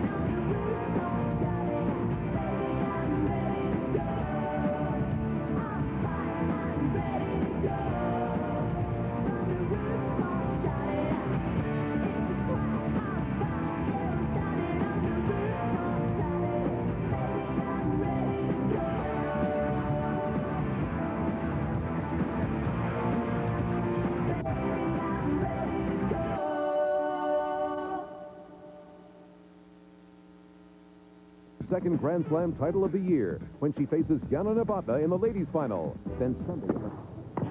But Hingis doing a good job when she approaches her percentage actually higher. 4-2, Martina Hingis, second set, 30 all. Novotna leads by a set.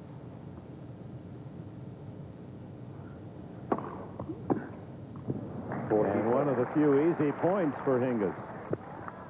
Well, Jana Novotna now starting to get a few bad bounces also. Martina Hingis was the receiver of those bad bounces in the first set. That's why you have to be flexible. You have to be ready to jump or lunge at anything.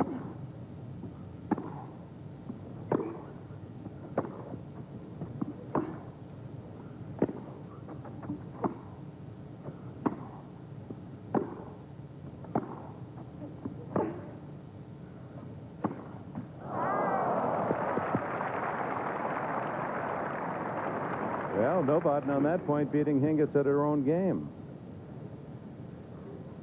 And there's that that big loop on that forehand, more compact backhand, just likes to slice it, chip it back.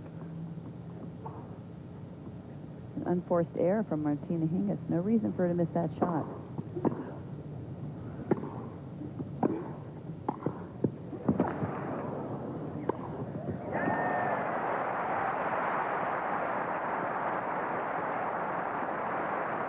Well, that's the place to be, at the net. Both players winning more of their points at the net than from the baseline. Martina Hingis, very still upper body, great balance. That's why she started horseback riding, was to keep that upper body still and to get it erect. And an ace for Hingis. She holds 5-2 in the second.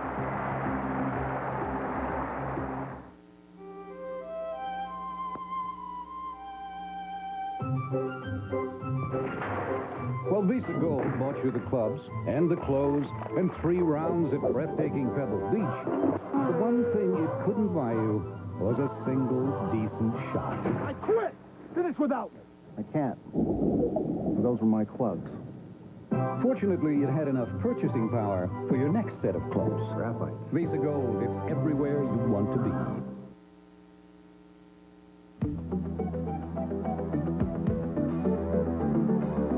Tennis Tips, presented by Visa. Our topic today, the two-fisted backhand. If we only had someone who could help us out. Well, most two-handed backhand players like to hit cross-court because it's over the lower part of the net. But Martina Hingis' favorite shot, that down the line. She keeps her head down. She comes over the ball. She hits the outside of the ball. And it's a very deceptive shot. You can't tell where you're hitting with those two hands. She certainly won a lot of points against Jana Novotna with that shot in this match. And that is her stronger wing. If she has a weakness, it's playing to her forehand, but now is a game away from forcing a decisive third set as Novotna serves 2-5.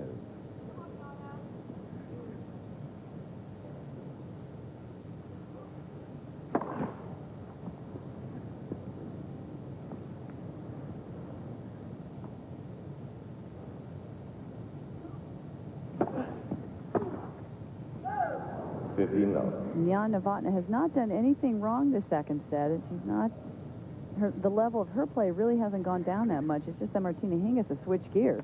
She got a little annoyed at herself, and you better watch it if she gets mad at herself.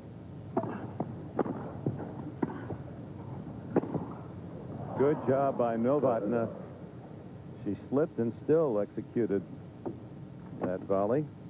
You look at our first set versus second set, and Hingis picking up her game as Chris Evert predicted she would do. Net.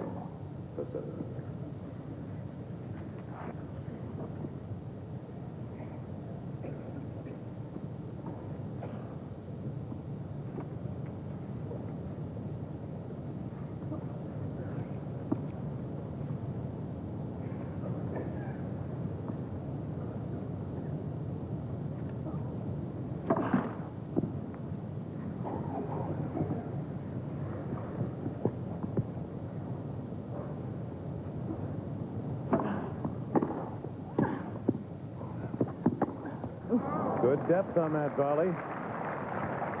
Martina Hingis, I think what helps her also is that losing is really foreign to her. I mean, she doesn't know anything else but winning. When she was 5 years old, she was beating all the 10-year-olds in her club. She won all the junior titles, so it was an easy transition to get to the women's game.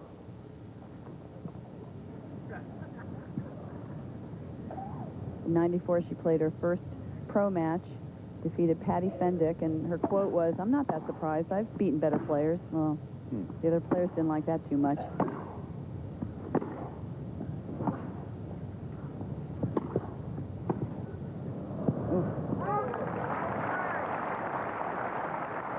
Well, she started the season with 37 consecutive wins, winning 6 titles, including the Australian Open, and lost to Maioli in the finals of the French, and picked up again. where she says that she's just happy to reach the finals at the French. I mean, she was out for 7 weeks. We forgot, you know, we can't forget that she had surgery on her knee after being thrown from her horse. Had no preparation at all, and she reached the final. That shows how great she is.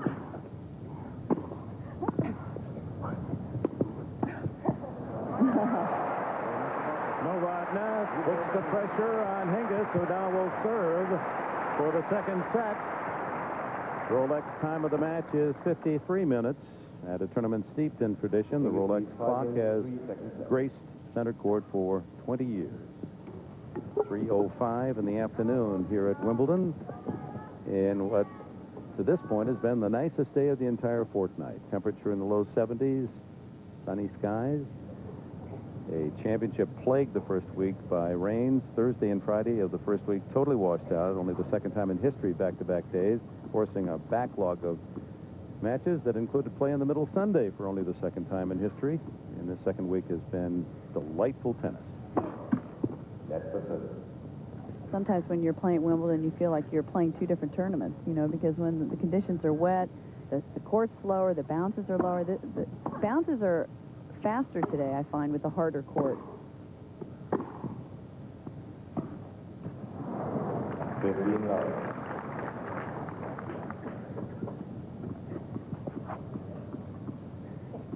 Few errors now creeping into Novotna's game.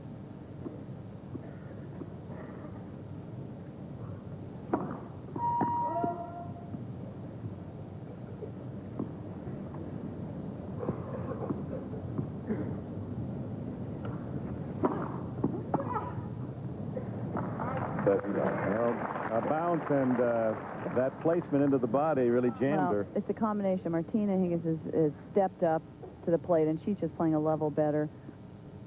Jana is getting a few more bad bounces, and she's looking up to the friends box at Hana Manlikova, and you always know a player's in trouble when they start looking up every point.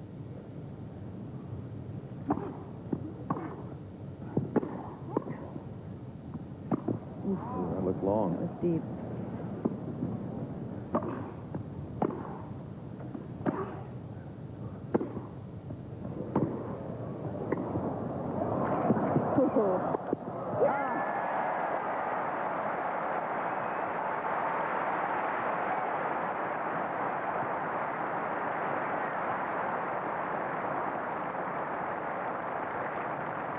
Well, they're using the whole court, hitting great ground strokes. Martina Hingis playing well from the middle of the court and just showcasing the variety in her game.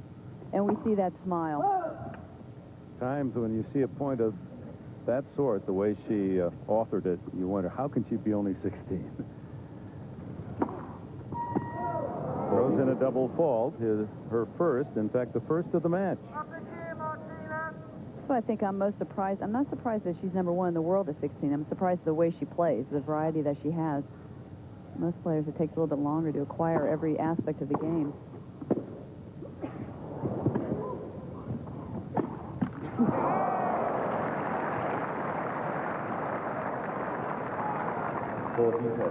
He had Novotna just on her knees, anticipating. This also shows how low she gets to the ground. She's always been her knees. That's probably why she has it taped right now. Frere answered. The ball hits the tape and falls back, 40-30.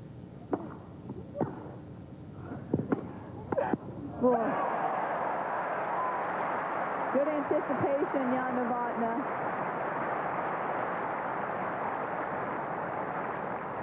Just no holding back with her. She's just smacking. No, not being tentative at all. A little more emotions creeping into her psyche right now. She was so calm that first set. Now she's really into it, fired up.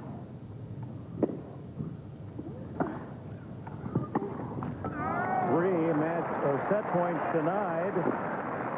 And now a break point for Novotna. This could be a real turnabout.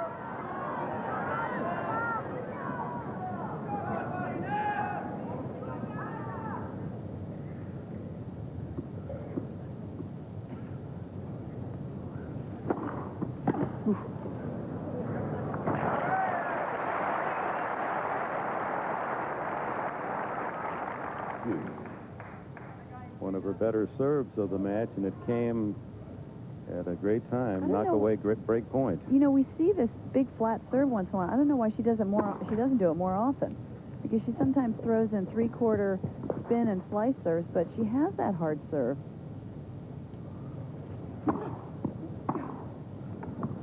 Well, that had to be long. That was at our end, and I have to agree with her. And Jeremy Shales. This is a big point, too. Sorry? Yeah, of course. Every time it hits the line. Yeah, did you see it?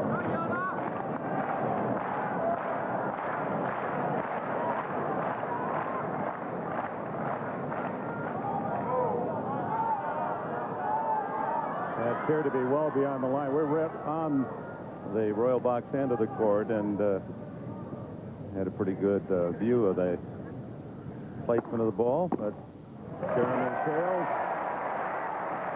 cannot overrule. Again, a big serve to the backhand side, deep to that corner. That's interesting, too, at 16. You think if she got mad, it'd be just the opposite. She'd crumble. But you pointed out that she gets even tougher when She does, because she gets complacent sometimes. Then she gets, you know, on herself because she knows that she's a better player than that. Now their second serve.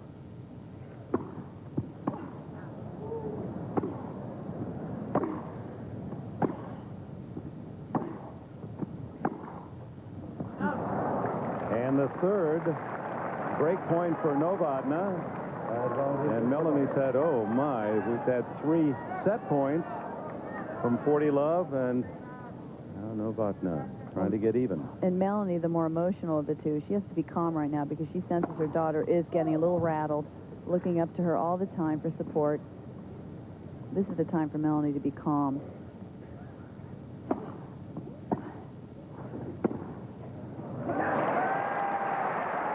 What a pressure backhand pass that was.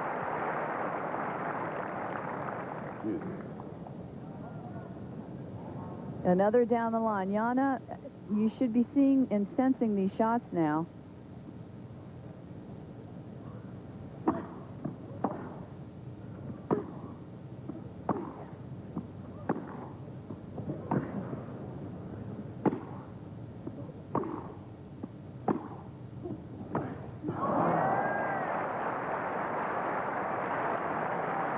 Set point number 4.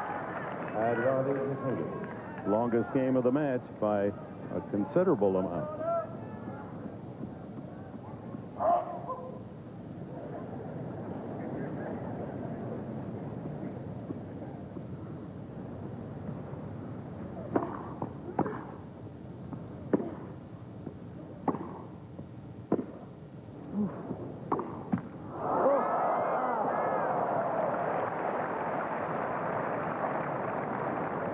At set point, a net court winner for Novotna. And what a good time for a net court like this.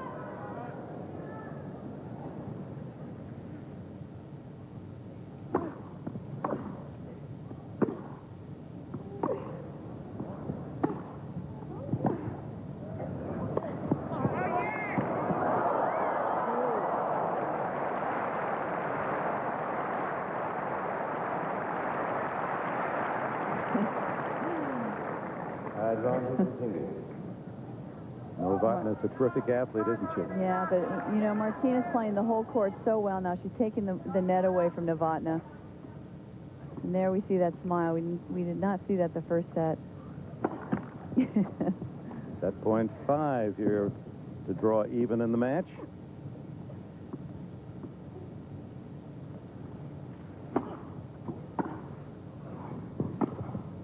Oh, good play. Well played. Welcome back. Martina Hingis, 6-3, captures the second set.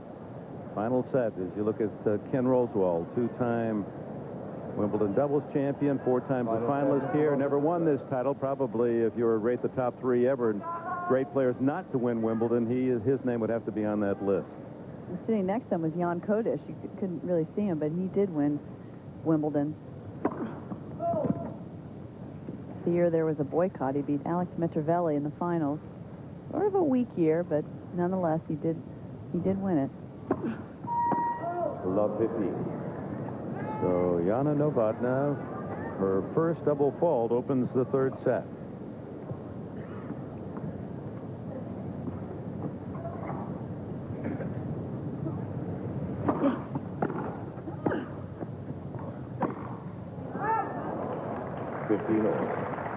Tough time for Jana Novotna right now. She's probably thinking, oh, I've been through this before.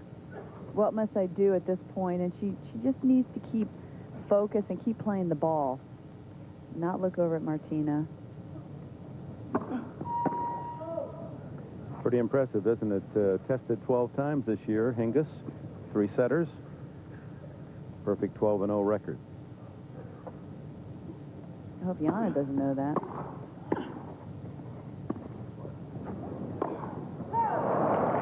Wide. 15 seconds. Big game for her. Big game. First game of the third set. She's serving. She needs to hold here.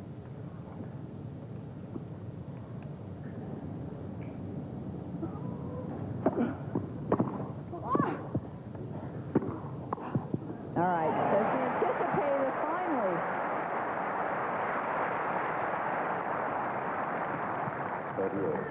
Won about 15 points off this down-the-line backhand. It's time that Jana woke up a little bit and realized that this is the pattern here.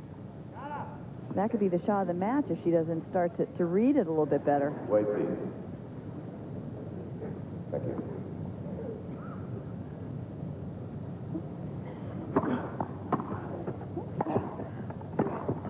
Here we go again.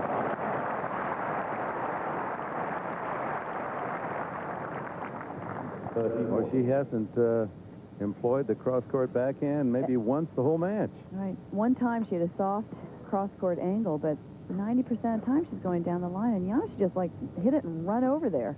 Great chance to open the final set for Hingis. Yeah, that serve too good. Duchess of Kent, very interested spectator. Interestingly, she's wearing white, and it was almost a little off-white outfit that she wore the day 4 years ago that Novotna broke down on her shoulder after the Duchess had said, "You'll win it someday."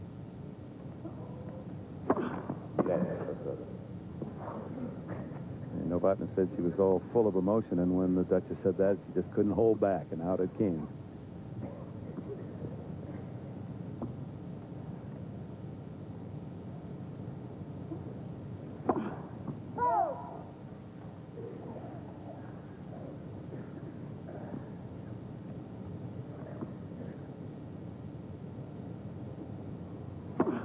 You could just almost see in her face a different expression there, couldn't you?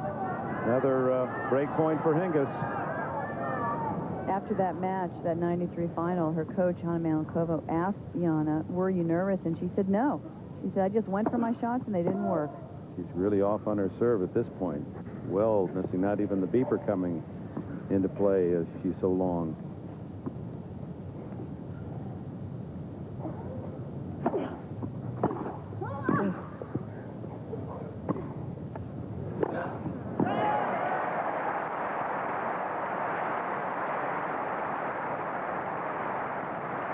But she's doing great in this game. She's staying in this game. It was almost eerie to me how well. That was the best first set of grass court tennis I've ever seen a woman tennis player play. The question was, could she keep it up?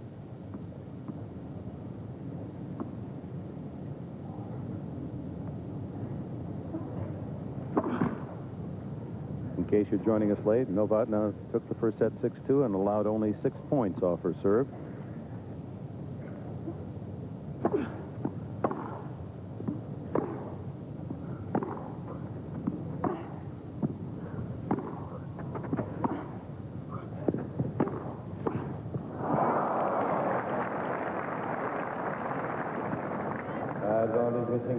Third breaker.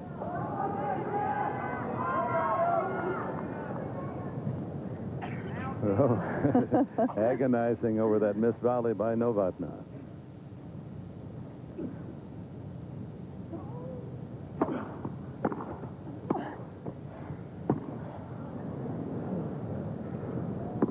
Just long. That would have been a tough test had it landed on the line. Jana Novotna, I still say she's a two-shot player. The serve and the first volley are the most important strokes for her. That's where she's going to win or lose the point.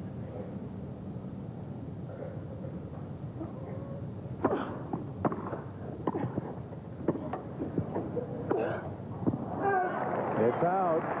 And what a save by Hingis. Just stuck her racket out and kept the ball alive, forced the error. She wasn't missing shots like these in the first set. She's definitely making some more unforced errors. Fourth chance for Hingis to break.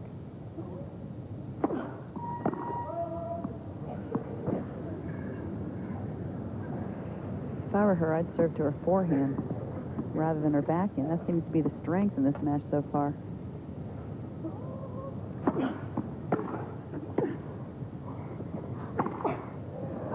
Oh, just missed. Big opportunities. She had the whole court open on that backhand side. She could taste that. Went for too much. Look at this. She has really a good shot. This is about 8 inches out on the sideline. Fourth deuce.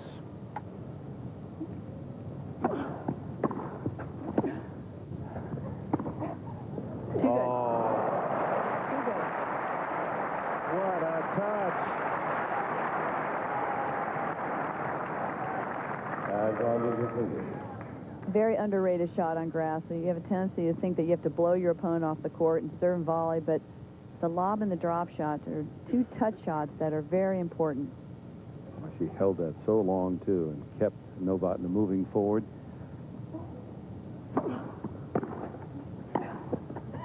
Yeah.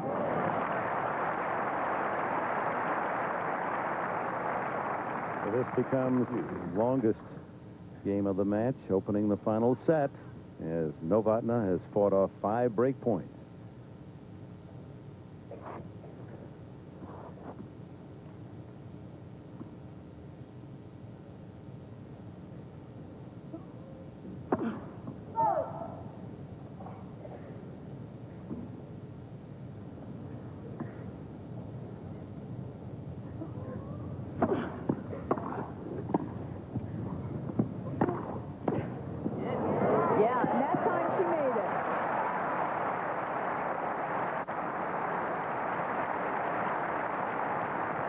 But she kept the point alive. Look at this terrific half volley. Pickup volley was great. And Martina had enough time, really, to go both ways. But she went the percentage way. She's been hitting so many down the lines, and she's sticking with it. It's winning her some points. Finally, a game point, Novotna. Now, that's a very important save. 5 breakers. Welcome back, Jana Novotna, in an exhausting opening game of the final set. Fought off 5 break points. Has called for the trainer. WTA trainer Kathleen Stroya, but they will not take a timeout, an injury timeout. She perhaps is going to save that for the latter part of the third set if she really needs her more. She pulled out of the doubles with a thigh injury, a fatigue injury, which can cover a multitude of sins. The patch on the knee, something she's worn throughout the championships. It's a thigh injury that she claimed took her out of doubles. Quadriceps right leg. Ooh. Wide open court. Rare miss by Hingis. Martina Hingis, you don't see the smile today that you've seen in previous matches. The British press, they're relentless. They've called her the smiling assassin.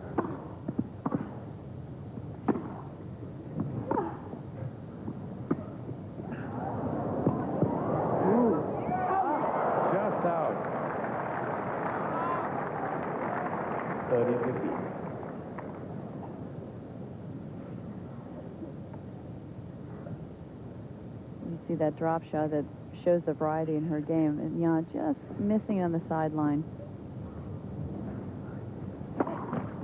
Martina Martina Hingis probably thinks she called the trainer out for some sort of injury problem, so I'm just going to move around the court and see how bad that injury is.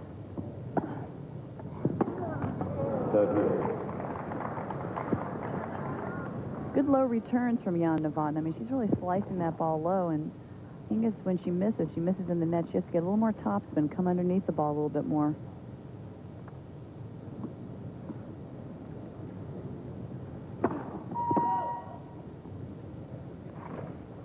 Got their second serve at 30 all.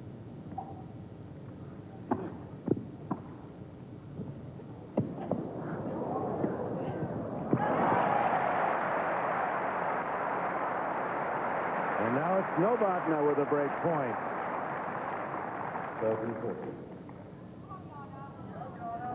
Boy, both players, they don't only overpower each other, but they just show a lot of finesse out there. Another first serve missed. See what Jana does if she takes advantage and comes in off this second serve.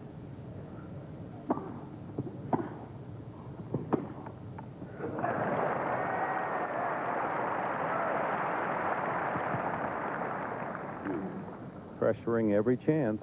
Yep, and the approach shot was not deep enough. Mid-court, it just sat up there. Martina had no problem with that shot.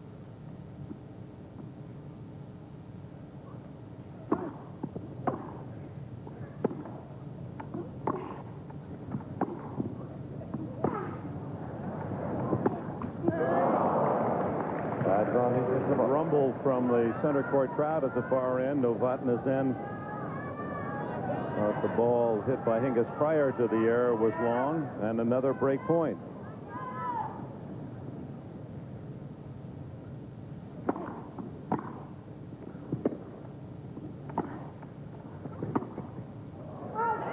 And Jana Novotna, who denied Hingis 5 chances in the first game of this set, has broken and takes a 2-love lead.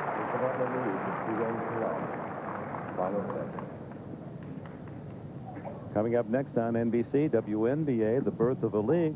We'll look at the history of women's professional basketball in America and learn the inspiration behind the WNBA. And then one of the league's top scorers, Andrea Stinson, and the Charlotte Sting play the LA Sparks. That's the WNBA, birth of a league, coming up next, followed by LA Charlotte, 2 o'clock Eastern on NBC. And a reminder tomorrow, breakfast at Wimbledon at 9 a.m. live Eastern, 6 a.m. in the Pacific Coast. The men's final, Sampras-Peeling tomorrow. Martina Hingis, after that game, changed rackets, got a brand new racket. Not happy with the way she was playing with that old racket, perhaps.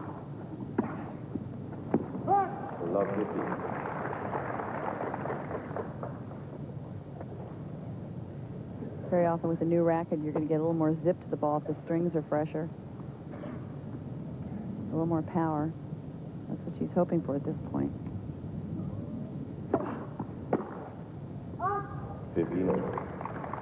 And showing signs of a temper. She bounced her racket. She does get angry at herself, and when she does, she starts hitting the ball harder, and consequently, most of the time she'll play better, but she's been known to also tank a few sets.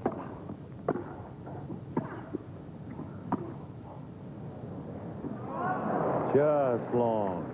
Straight beyond the baseline. 30-15.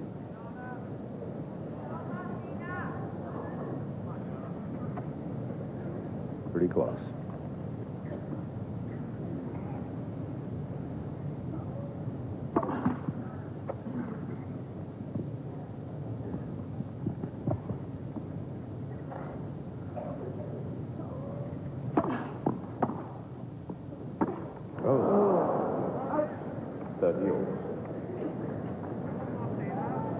Again, that forehand is pretty flat. It doesn't really have a lot of cushion because she doesn't hit with a lot of topspin. So if she mishits it, like she has a couple of shots. She hasn't missed on many forehands A couple today. she's mishit, though. They've gone in the stands. Only 4 unforced off the forehand. Which is great for her because that's really the weakness in her game, if there is a weakness, that forehand side.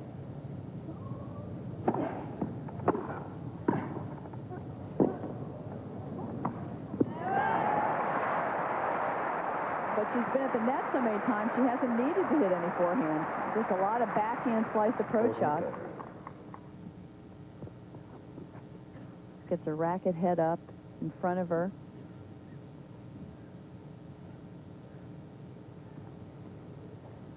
And a point now for 3-love, final set.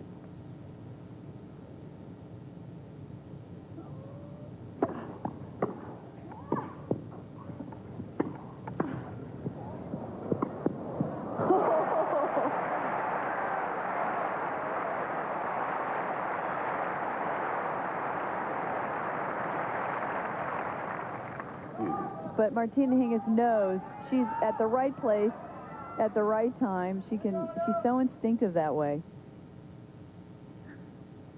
And again, a backhand down the line winner. If she wins this match, it's because of that shot. 13 winners. Only Hingis. one for Novotna. Of course, that's because Novotna's attacking. A lot more volley winners from Novotna. Chalk up another backhand winner, and we have another break point. I can't believe Jana Novotna isn't seeing this pattern. It's unbelievable to me that she just doesn't run over there after she hits to Hingis's backhand and just make her hit a couple of cross-court winners.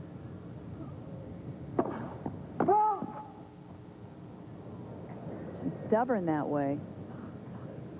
Second serve. Chance to break back for Hingis.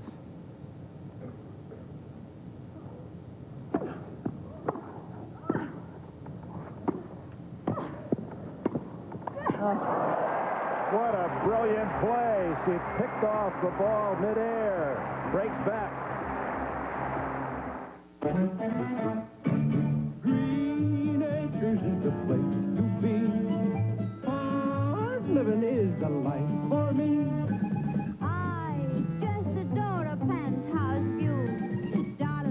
But give me Park Avenue. The chores. The stores. Fresh air. Ford Explorer. It's at home anywhere. Most people know us as the inventors of a wonder drug, but we also help make fabrics stronger, homes more energy efficient, animals healthier, and we're helping to lead the way in biotech research. So much good we can do for each other. Oh, what a world it can be. Bayer. In healthcare, chemicals, and imaging technologies, we cure more headaches than you think. After day one, John Brody has the lead, but Trent Dilfer is just one shot back. The Isuzu Celebrity Golf Championship today on NBC. Jana Novotna and Martina Hingis return to the court. They've exchanged breaks the last two games, and while we're away again, Novotna being attended. It's hard. We can't hear what's going on. They're having a conversation, but she's not really touching her and massaging or anything. So we don't know what the extent of the injury is, but she's certainly moving well. Second ace, Hingis.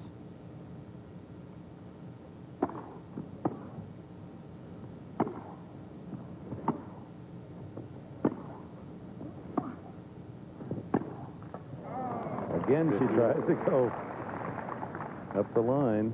It's one of the few times that she's missed that shot. I tell you, Jana Novotna, that first game was so important. If she would have lost that game, I think she would have been out of the match by now. 5 break points against her serve, but she held on.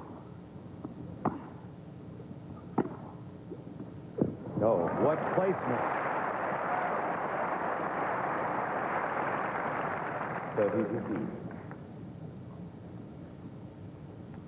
Well, you don't want to get into a baseline rally with Martina Hingis, and because she's going to be winning the majority of the points.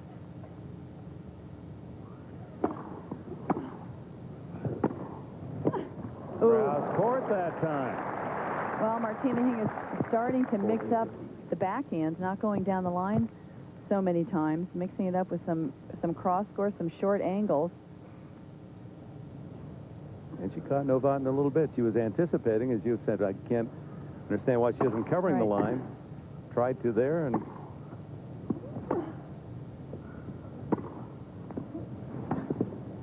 ooh,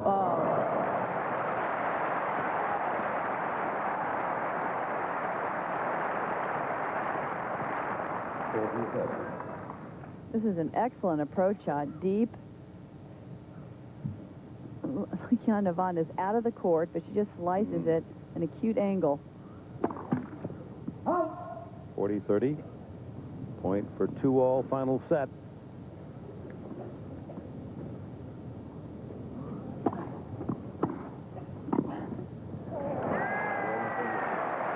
Hingis with a fine volley. It's 2-all.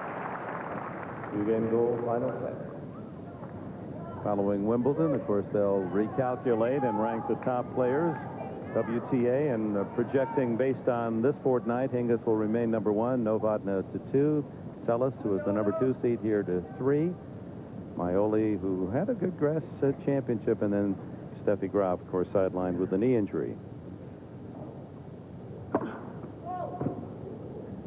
Who hopefully we'll see back at the U.S. Open or sometime this year.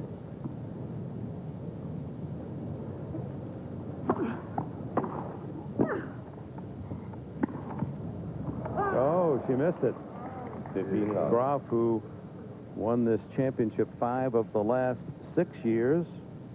Last year, 6-3, 7-5 over Arantxa Sanchez Vicario. And total, Graf 7 Wimbledon titles. I wonder if she's watching this final. She's probably very frustrated at this point that she can't be out here competing against these two players. She's one of the best competitors ever.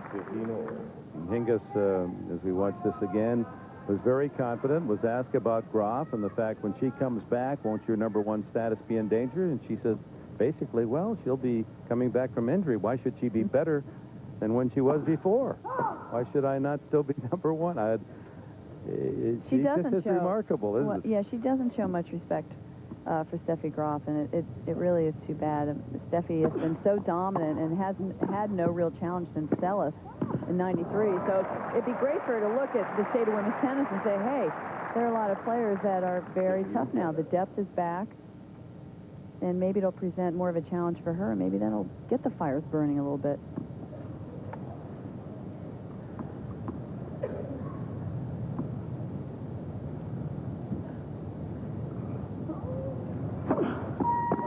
We're getting word now the injury on Novotna is to an abdominal muscle on her left side. And word is that the next changeover that they'll try to ice that down. Baseline.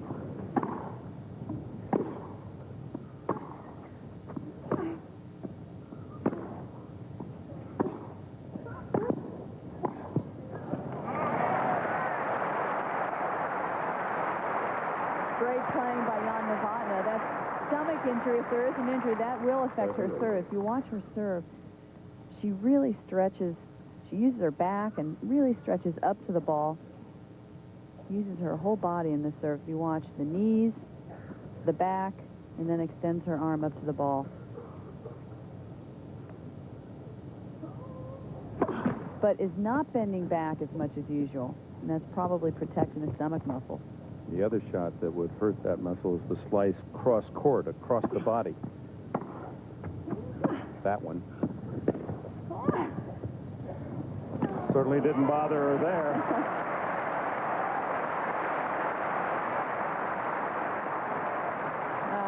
Great to see a smile from Jana Novotna.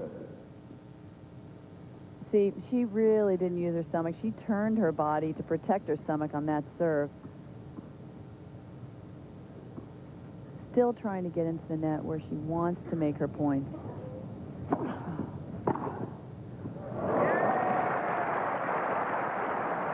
Hingis making that service return winner look so easy. Well, you know, if Jana doesn't place it, I mean, it's one thing to hit with power, but if she doesn't place it well, she loves the target up there. 2-all deuce, final set.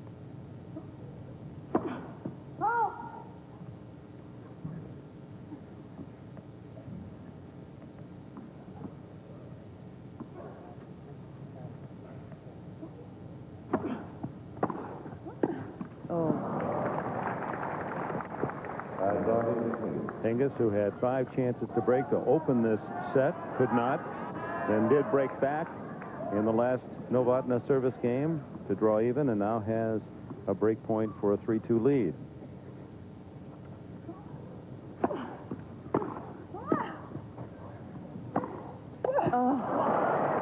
Game to Hingis. She leads 3-2 in the final set. Abdominal cage. And will resume play without taking any injury timeout. But is down 3-2 to Hingis, being broken her last 2 service games. Quite the opposite from the player we saw to start this match when she controlled her serve and Hingis for a relatively easy 6-2 opening set. Hingis answered 6-3 in the second, now serves 3-2. Well, the ice will only numb it a little bit for maybe a point or two, but you'd hate to think that that's a bad injury because it affects her serve, which is the only, I mean, that's her only shot if she gets that first serve in. Another lob winner for Hingis. You know, and Hingis is looking at her and saying, okay, she's icing her stomach, I'll throw her up a couple lobs. Let her stretch for those. Yeah. Expose that injury even a little bit more.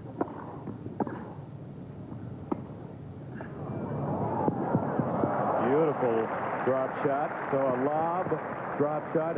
Here's a 16-year-old, and you're wondering why she's #1 in the world? I don't wonder. If I think you wonder a little bit. I'm starting to believe. Are you getting it a little bit there, I'm starting to get it. Nothing really smacked me in the forehead until this championship. She is showing me what an all-court player she is. Well, how about what a smart player she is. Boy. As you said, she lost 6-2 opening set. She'll find a way. And she changed her game. She didn't just stick with one plan.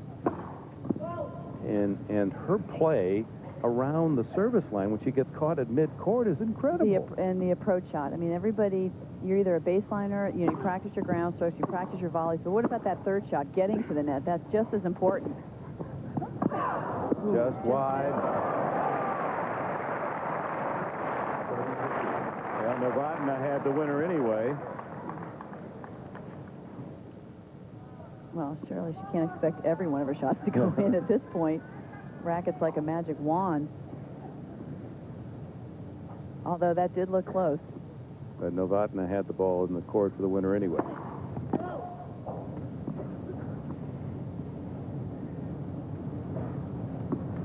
(30-15). Smart play. She got punished for that soft second serve. But here.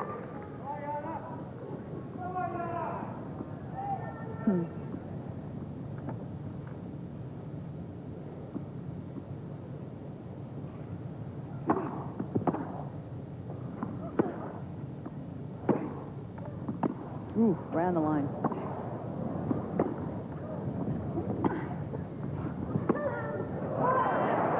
And Novotna has a break point. Novotna showing no signs of nerfs at all. Really playing adventurous tennis, taking chances, trying to get into the net. This break point, full even at 3-all.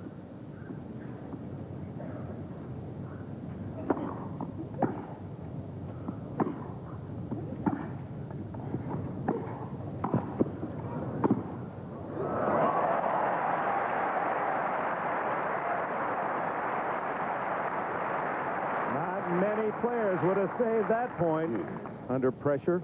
She just reads the direction of the ball so well. She knows the angles of the court. She's really stepped up in her mobility, too. She doesn't look slow. That ball appeared to be behind her, and she buggy whipped it.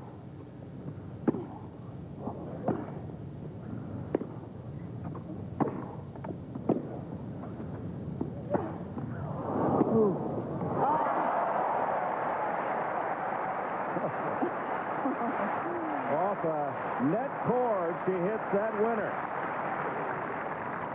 Advantage of Hingis. Ball clipped the net cord, skidded low. She stayed with it. Now a point for 4-2 Hingis.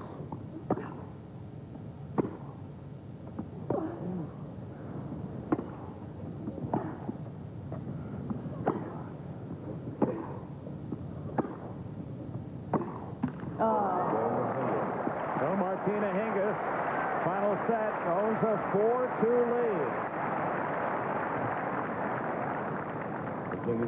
Rolex time of the match now, 1 hour and 37 minutes. They split sets. And then in the second and third games of this final set, traded breaks. Hingis broke back in the fifth game to take a 3-2 lead and now has extended it to 4-2. Now, no room for error for the 28-year-old veteran Novotna.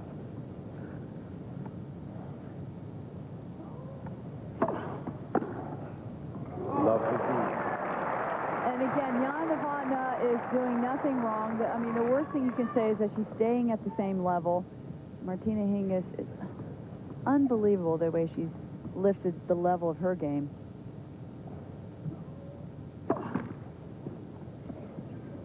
She just revels in the pressure. She embraces it. She loves it.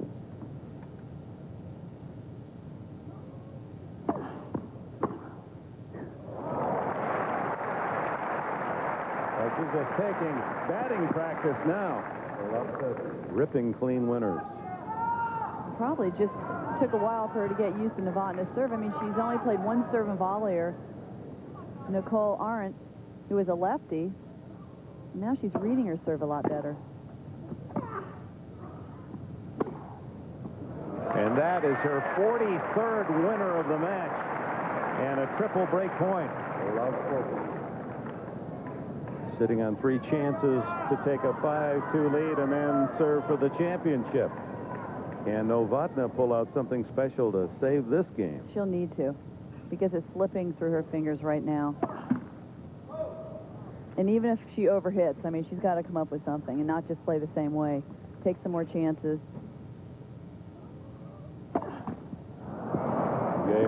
Now, sadly, the double fault. When we return, Martina Hingis at 16 will serve for another Grand Slam title. Chance to win a Grand Slam. Jana Novotna had led 2-0 in this final set, but now Martina Hingis, a run of 5 straight games. Novotna attending to an abdominal injury that most certainly has slowed down her game, but at the same time, Martina Hingis picking up hers and now serves for the championship.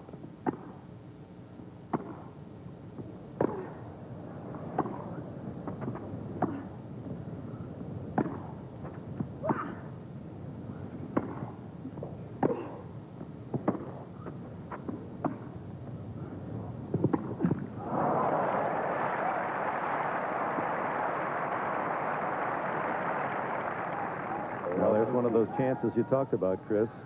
Put a little pressure and Hingis with the air. We haven't seen many of those in the last 2 sets.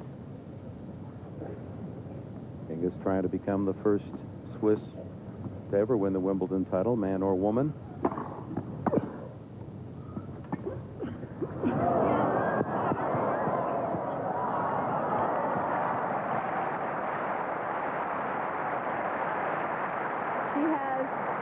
Light hands at times. You know, she doesn't try to muscle the ball. When she wants power, she can generate racket head speed. When she wants touch, she just has a soft grip. Frustrating that point for Novotna.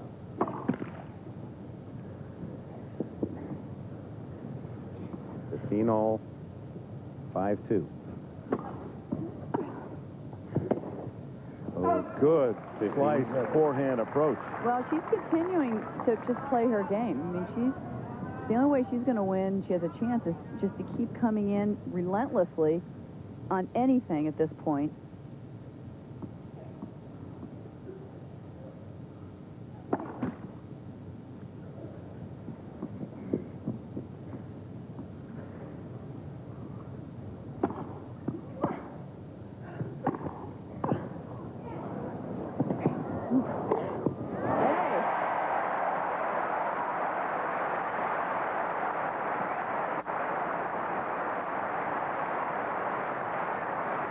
Cheering for Novotna, 2 break points. 15-14. She's still in this match.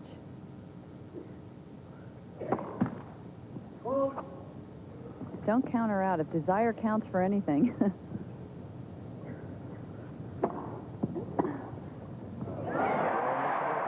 Oh, one of those breaks taken back by Novotna. It's 5-3.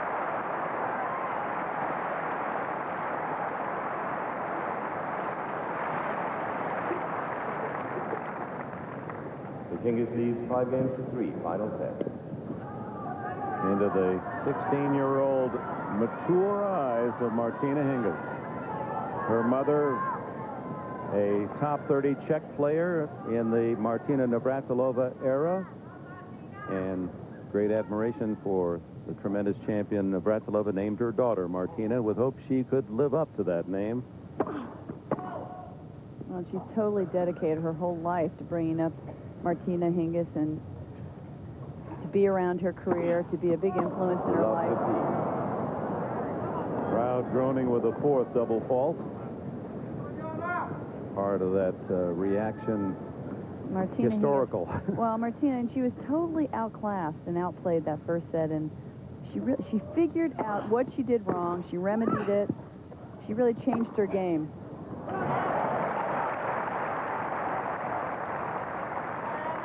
15-0. And perhaps showing a little bit of a lapse that we talked about. Maybe she felt at 5-2 that she already won the match. The tough part was done.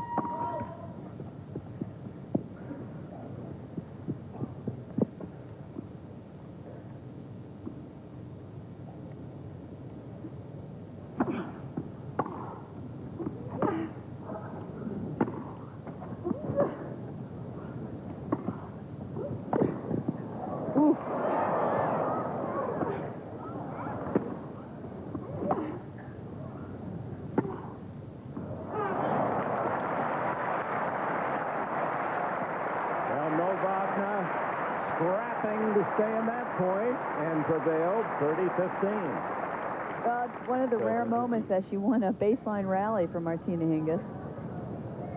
But it's been tough for Novotna in this set. Her first serve percentage down to 47%. The serve and volleyer, that's not good.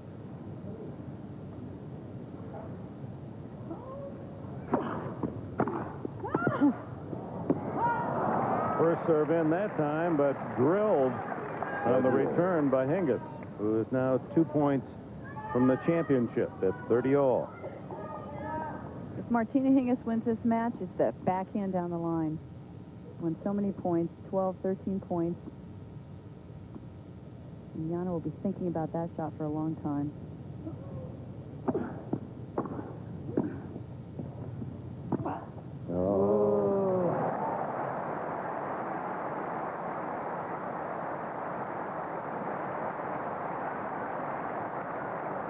Championship point, Hingis on a deftly tossed lob.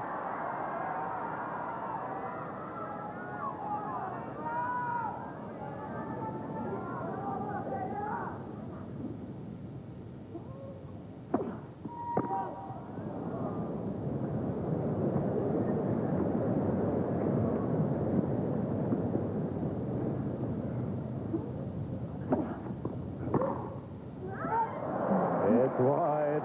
One match point gone.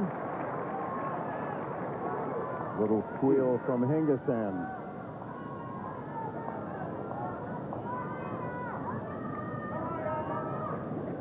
Serve jammed her. She served her right into the body.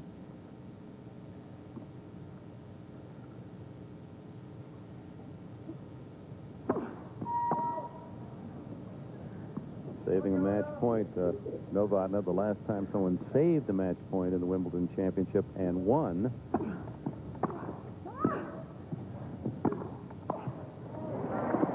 Ooh.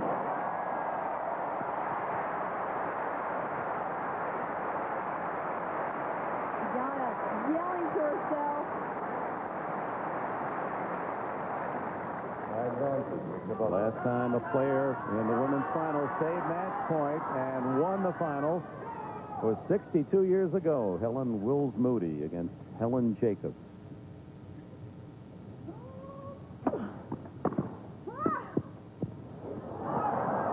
Good. deuce.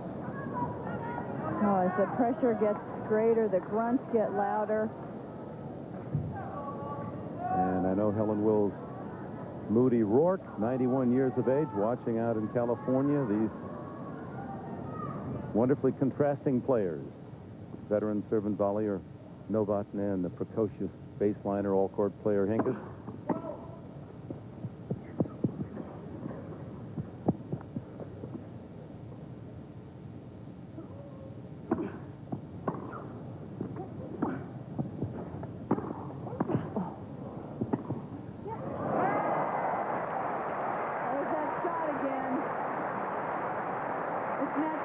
As a contrast, but they're both ending up to be all-court players and playing the whole court. It's a great showcase for women's tennis, showing the variety of these women.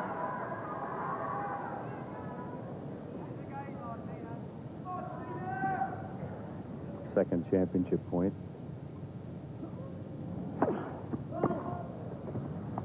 Is there another backhand winner in there? 21 of them for Hingis in the match.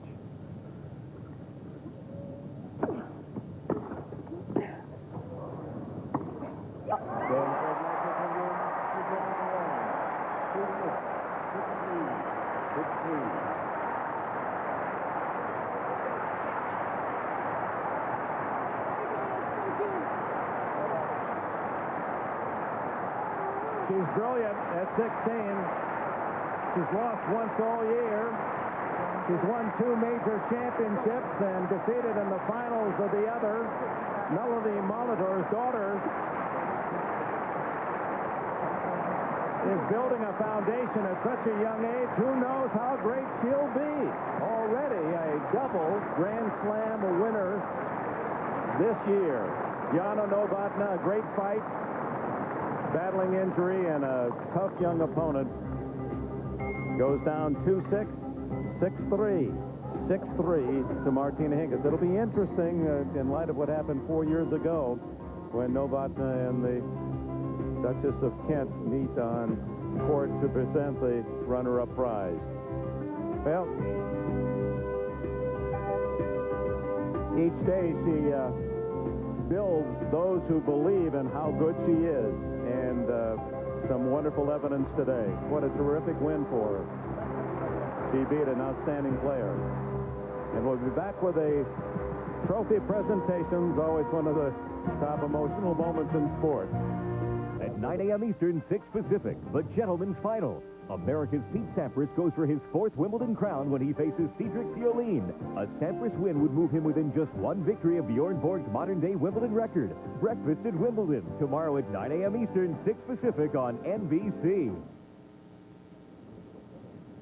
Quiet falls on center court as Duke and Duchess of Kent make their way down from the royal box. Alan Mills, the referee of the championships, there to congratulate both finalists. Jeremy Shales, the chair umpire on the left. And now the presentation of the Duke, who is the president of the All England Club, and the Duchess, who will make the presentation of the championship trophy. They will spend time and slowly make their way to center stage after visiting kindly with the young boys and girls who have served as great aids to this championship. And Dick, I don't think we're going to see the same emotion on Jana Novotna. I think we're going to see a big smile on her face, you know, because she showed very good nerves throughout the whole match. I mean, she did not lose that match. She just played a tougher opponent who just had the answers for everything.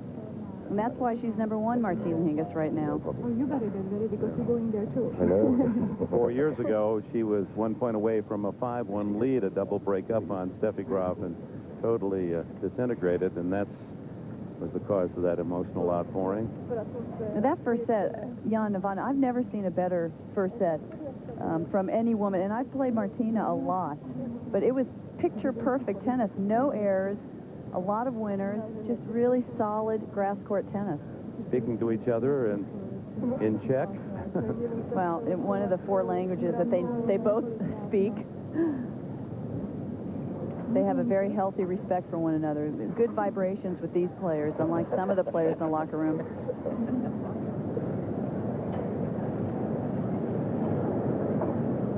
And the Duchess talking to the last young ball boy in line.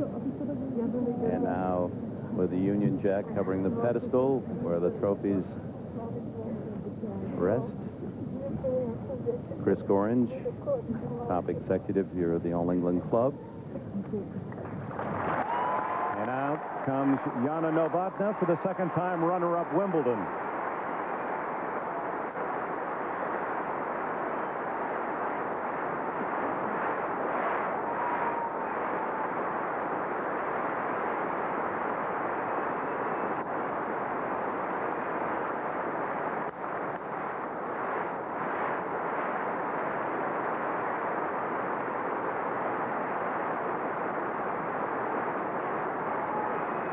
It was clear that she was on Jana Novotna's side during the match, and we showed her emotions. The Duchess, a big fan of Jana Novotna.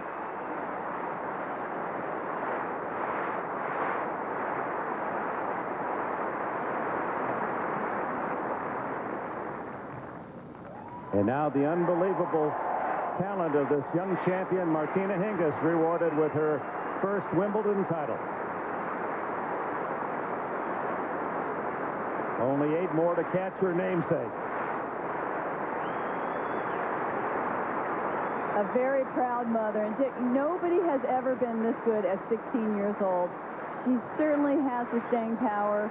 She can only get better. That's scary to her opponent. She's far from her peak right now.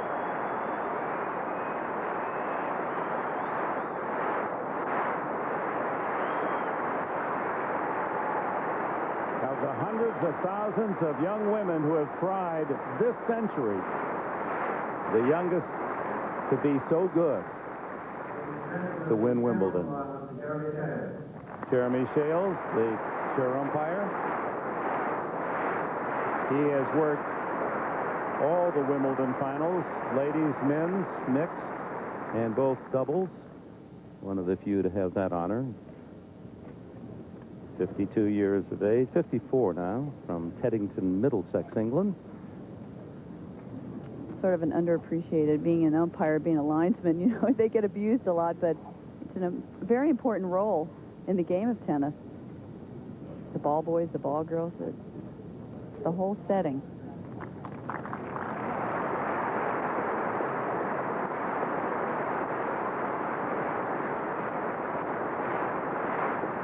Chris, you raised that championship trophy 3 times. Is it all a blur at this point, or can you really sense the moment? Well, it's sort of a blur. You know, you have to enjoy the moment because it doesn't last very long at all. And most of these players will be going on next week to play Federation Cup or other tournaments, and very important to appreciate what this means. But also at 16, you sort of wonder, at that young of an age, if you can appreciate it as much as, say, a Jana at 28 years old. I mean, I always appreciated my victories when I was older because I had gone through adversity and ups and downs, and it was harder to work, harder to train. It's come so early for her and very easily. Reminder, as Hingis satisfies the request of photographers, we'll have men's doubles action for you. We have a lot more to cover on this Breakfast at Wimbledon edition. Well, they continue in their conversation. They should just go have tea after the match, but Martina Hingis, I look, it's very possible for her to win a Grand Slam. Also, you know, all 4 in 1 year because Maureen Conley, Steffi Graf, Margaret Court, she's 16 years old and she's already won 2 of the first 3 Grand Slams. And came close at the French. Came close to the French after being off for 7 weeks. And why not the U.S. Open? I mean, the way she's playing now, hard court would even be a better surface for her.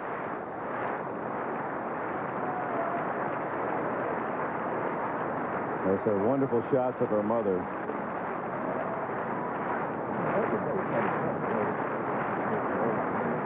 I can't even imagine having 3 sons, how that must feel. Can you? The time that every parent who supports a young boy or girl who wants to play this game, and it all comes to this wonderful climax.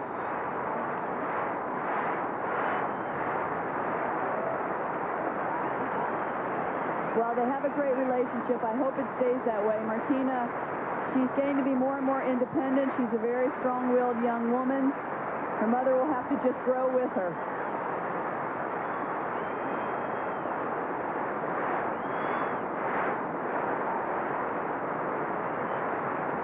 And a father who, parents are divorced, father back in Czechoslovakia watching on television as our Novotna's parents in a hospital watching all this from long range. But no matter how far away you may be, you can feel what that woman is expressing now.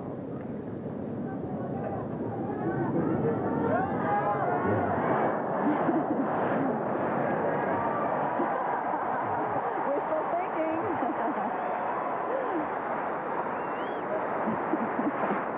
Well, one wonders now how many chances realistically she'll get with Hingis getting better. Anya Kournikova, Venus Williams is a whole new battalion of wonderfully talented young teenagers on the women's side, and age is not an advantage for the Novotnas of the world. So the champion, 1997, the #1 seed, the #1 player in the world, lived up to all the hype, all the predictions. She is the champion. We'll hear from her in a moment. The Championships, Wimbledon, brought to you by Dean Witter. There are many ways to measure success. We measure it one investor at a time. And by Caterpillar.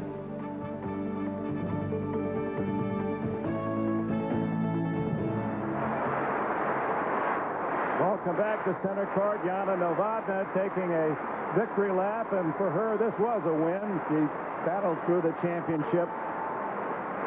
And, of course, Martina Hingis to rally after her very impressive opening set win. Hana Manlikova, her coach, knows the feeling. She, too, a runner-up twice here, so coach and player can commiserate in that regard.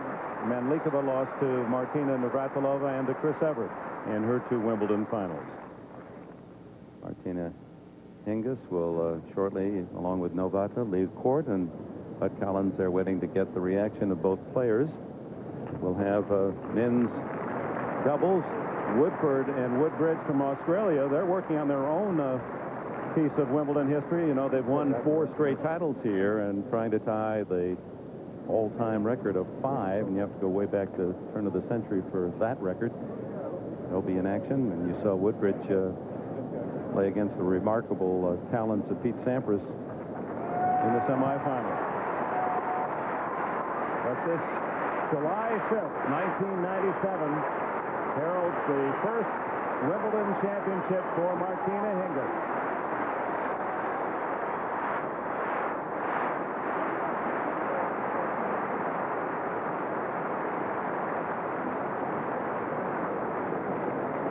They'll make the turn, and as they do, we'll call on Bud Collins. Bob Bachet has brought them around. Jana Novotna, you played such magnificent tennis. You got all the way to a point for 3-love in the 3rd set.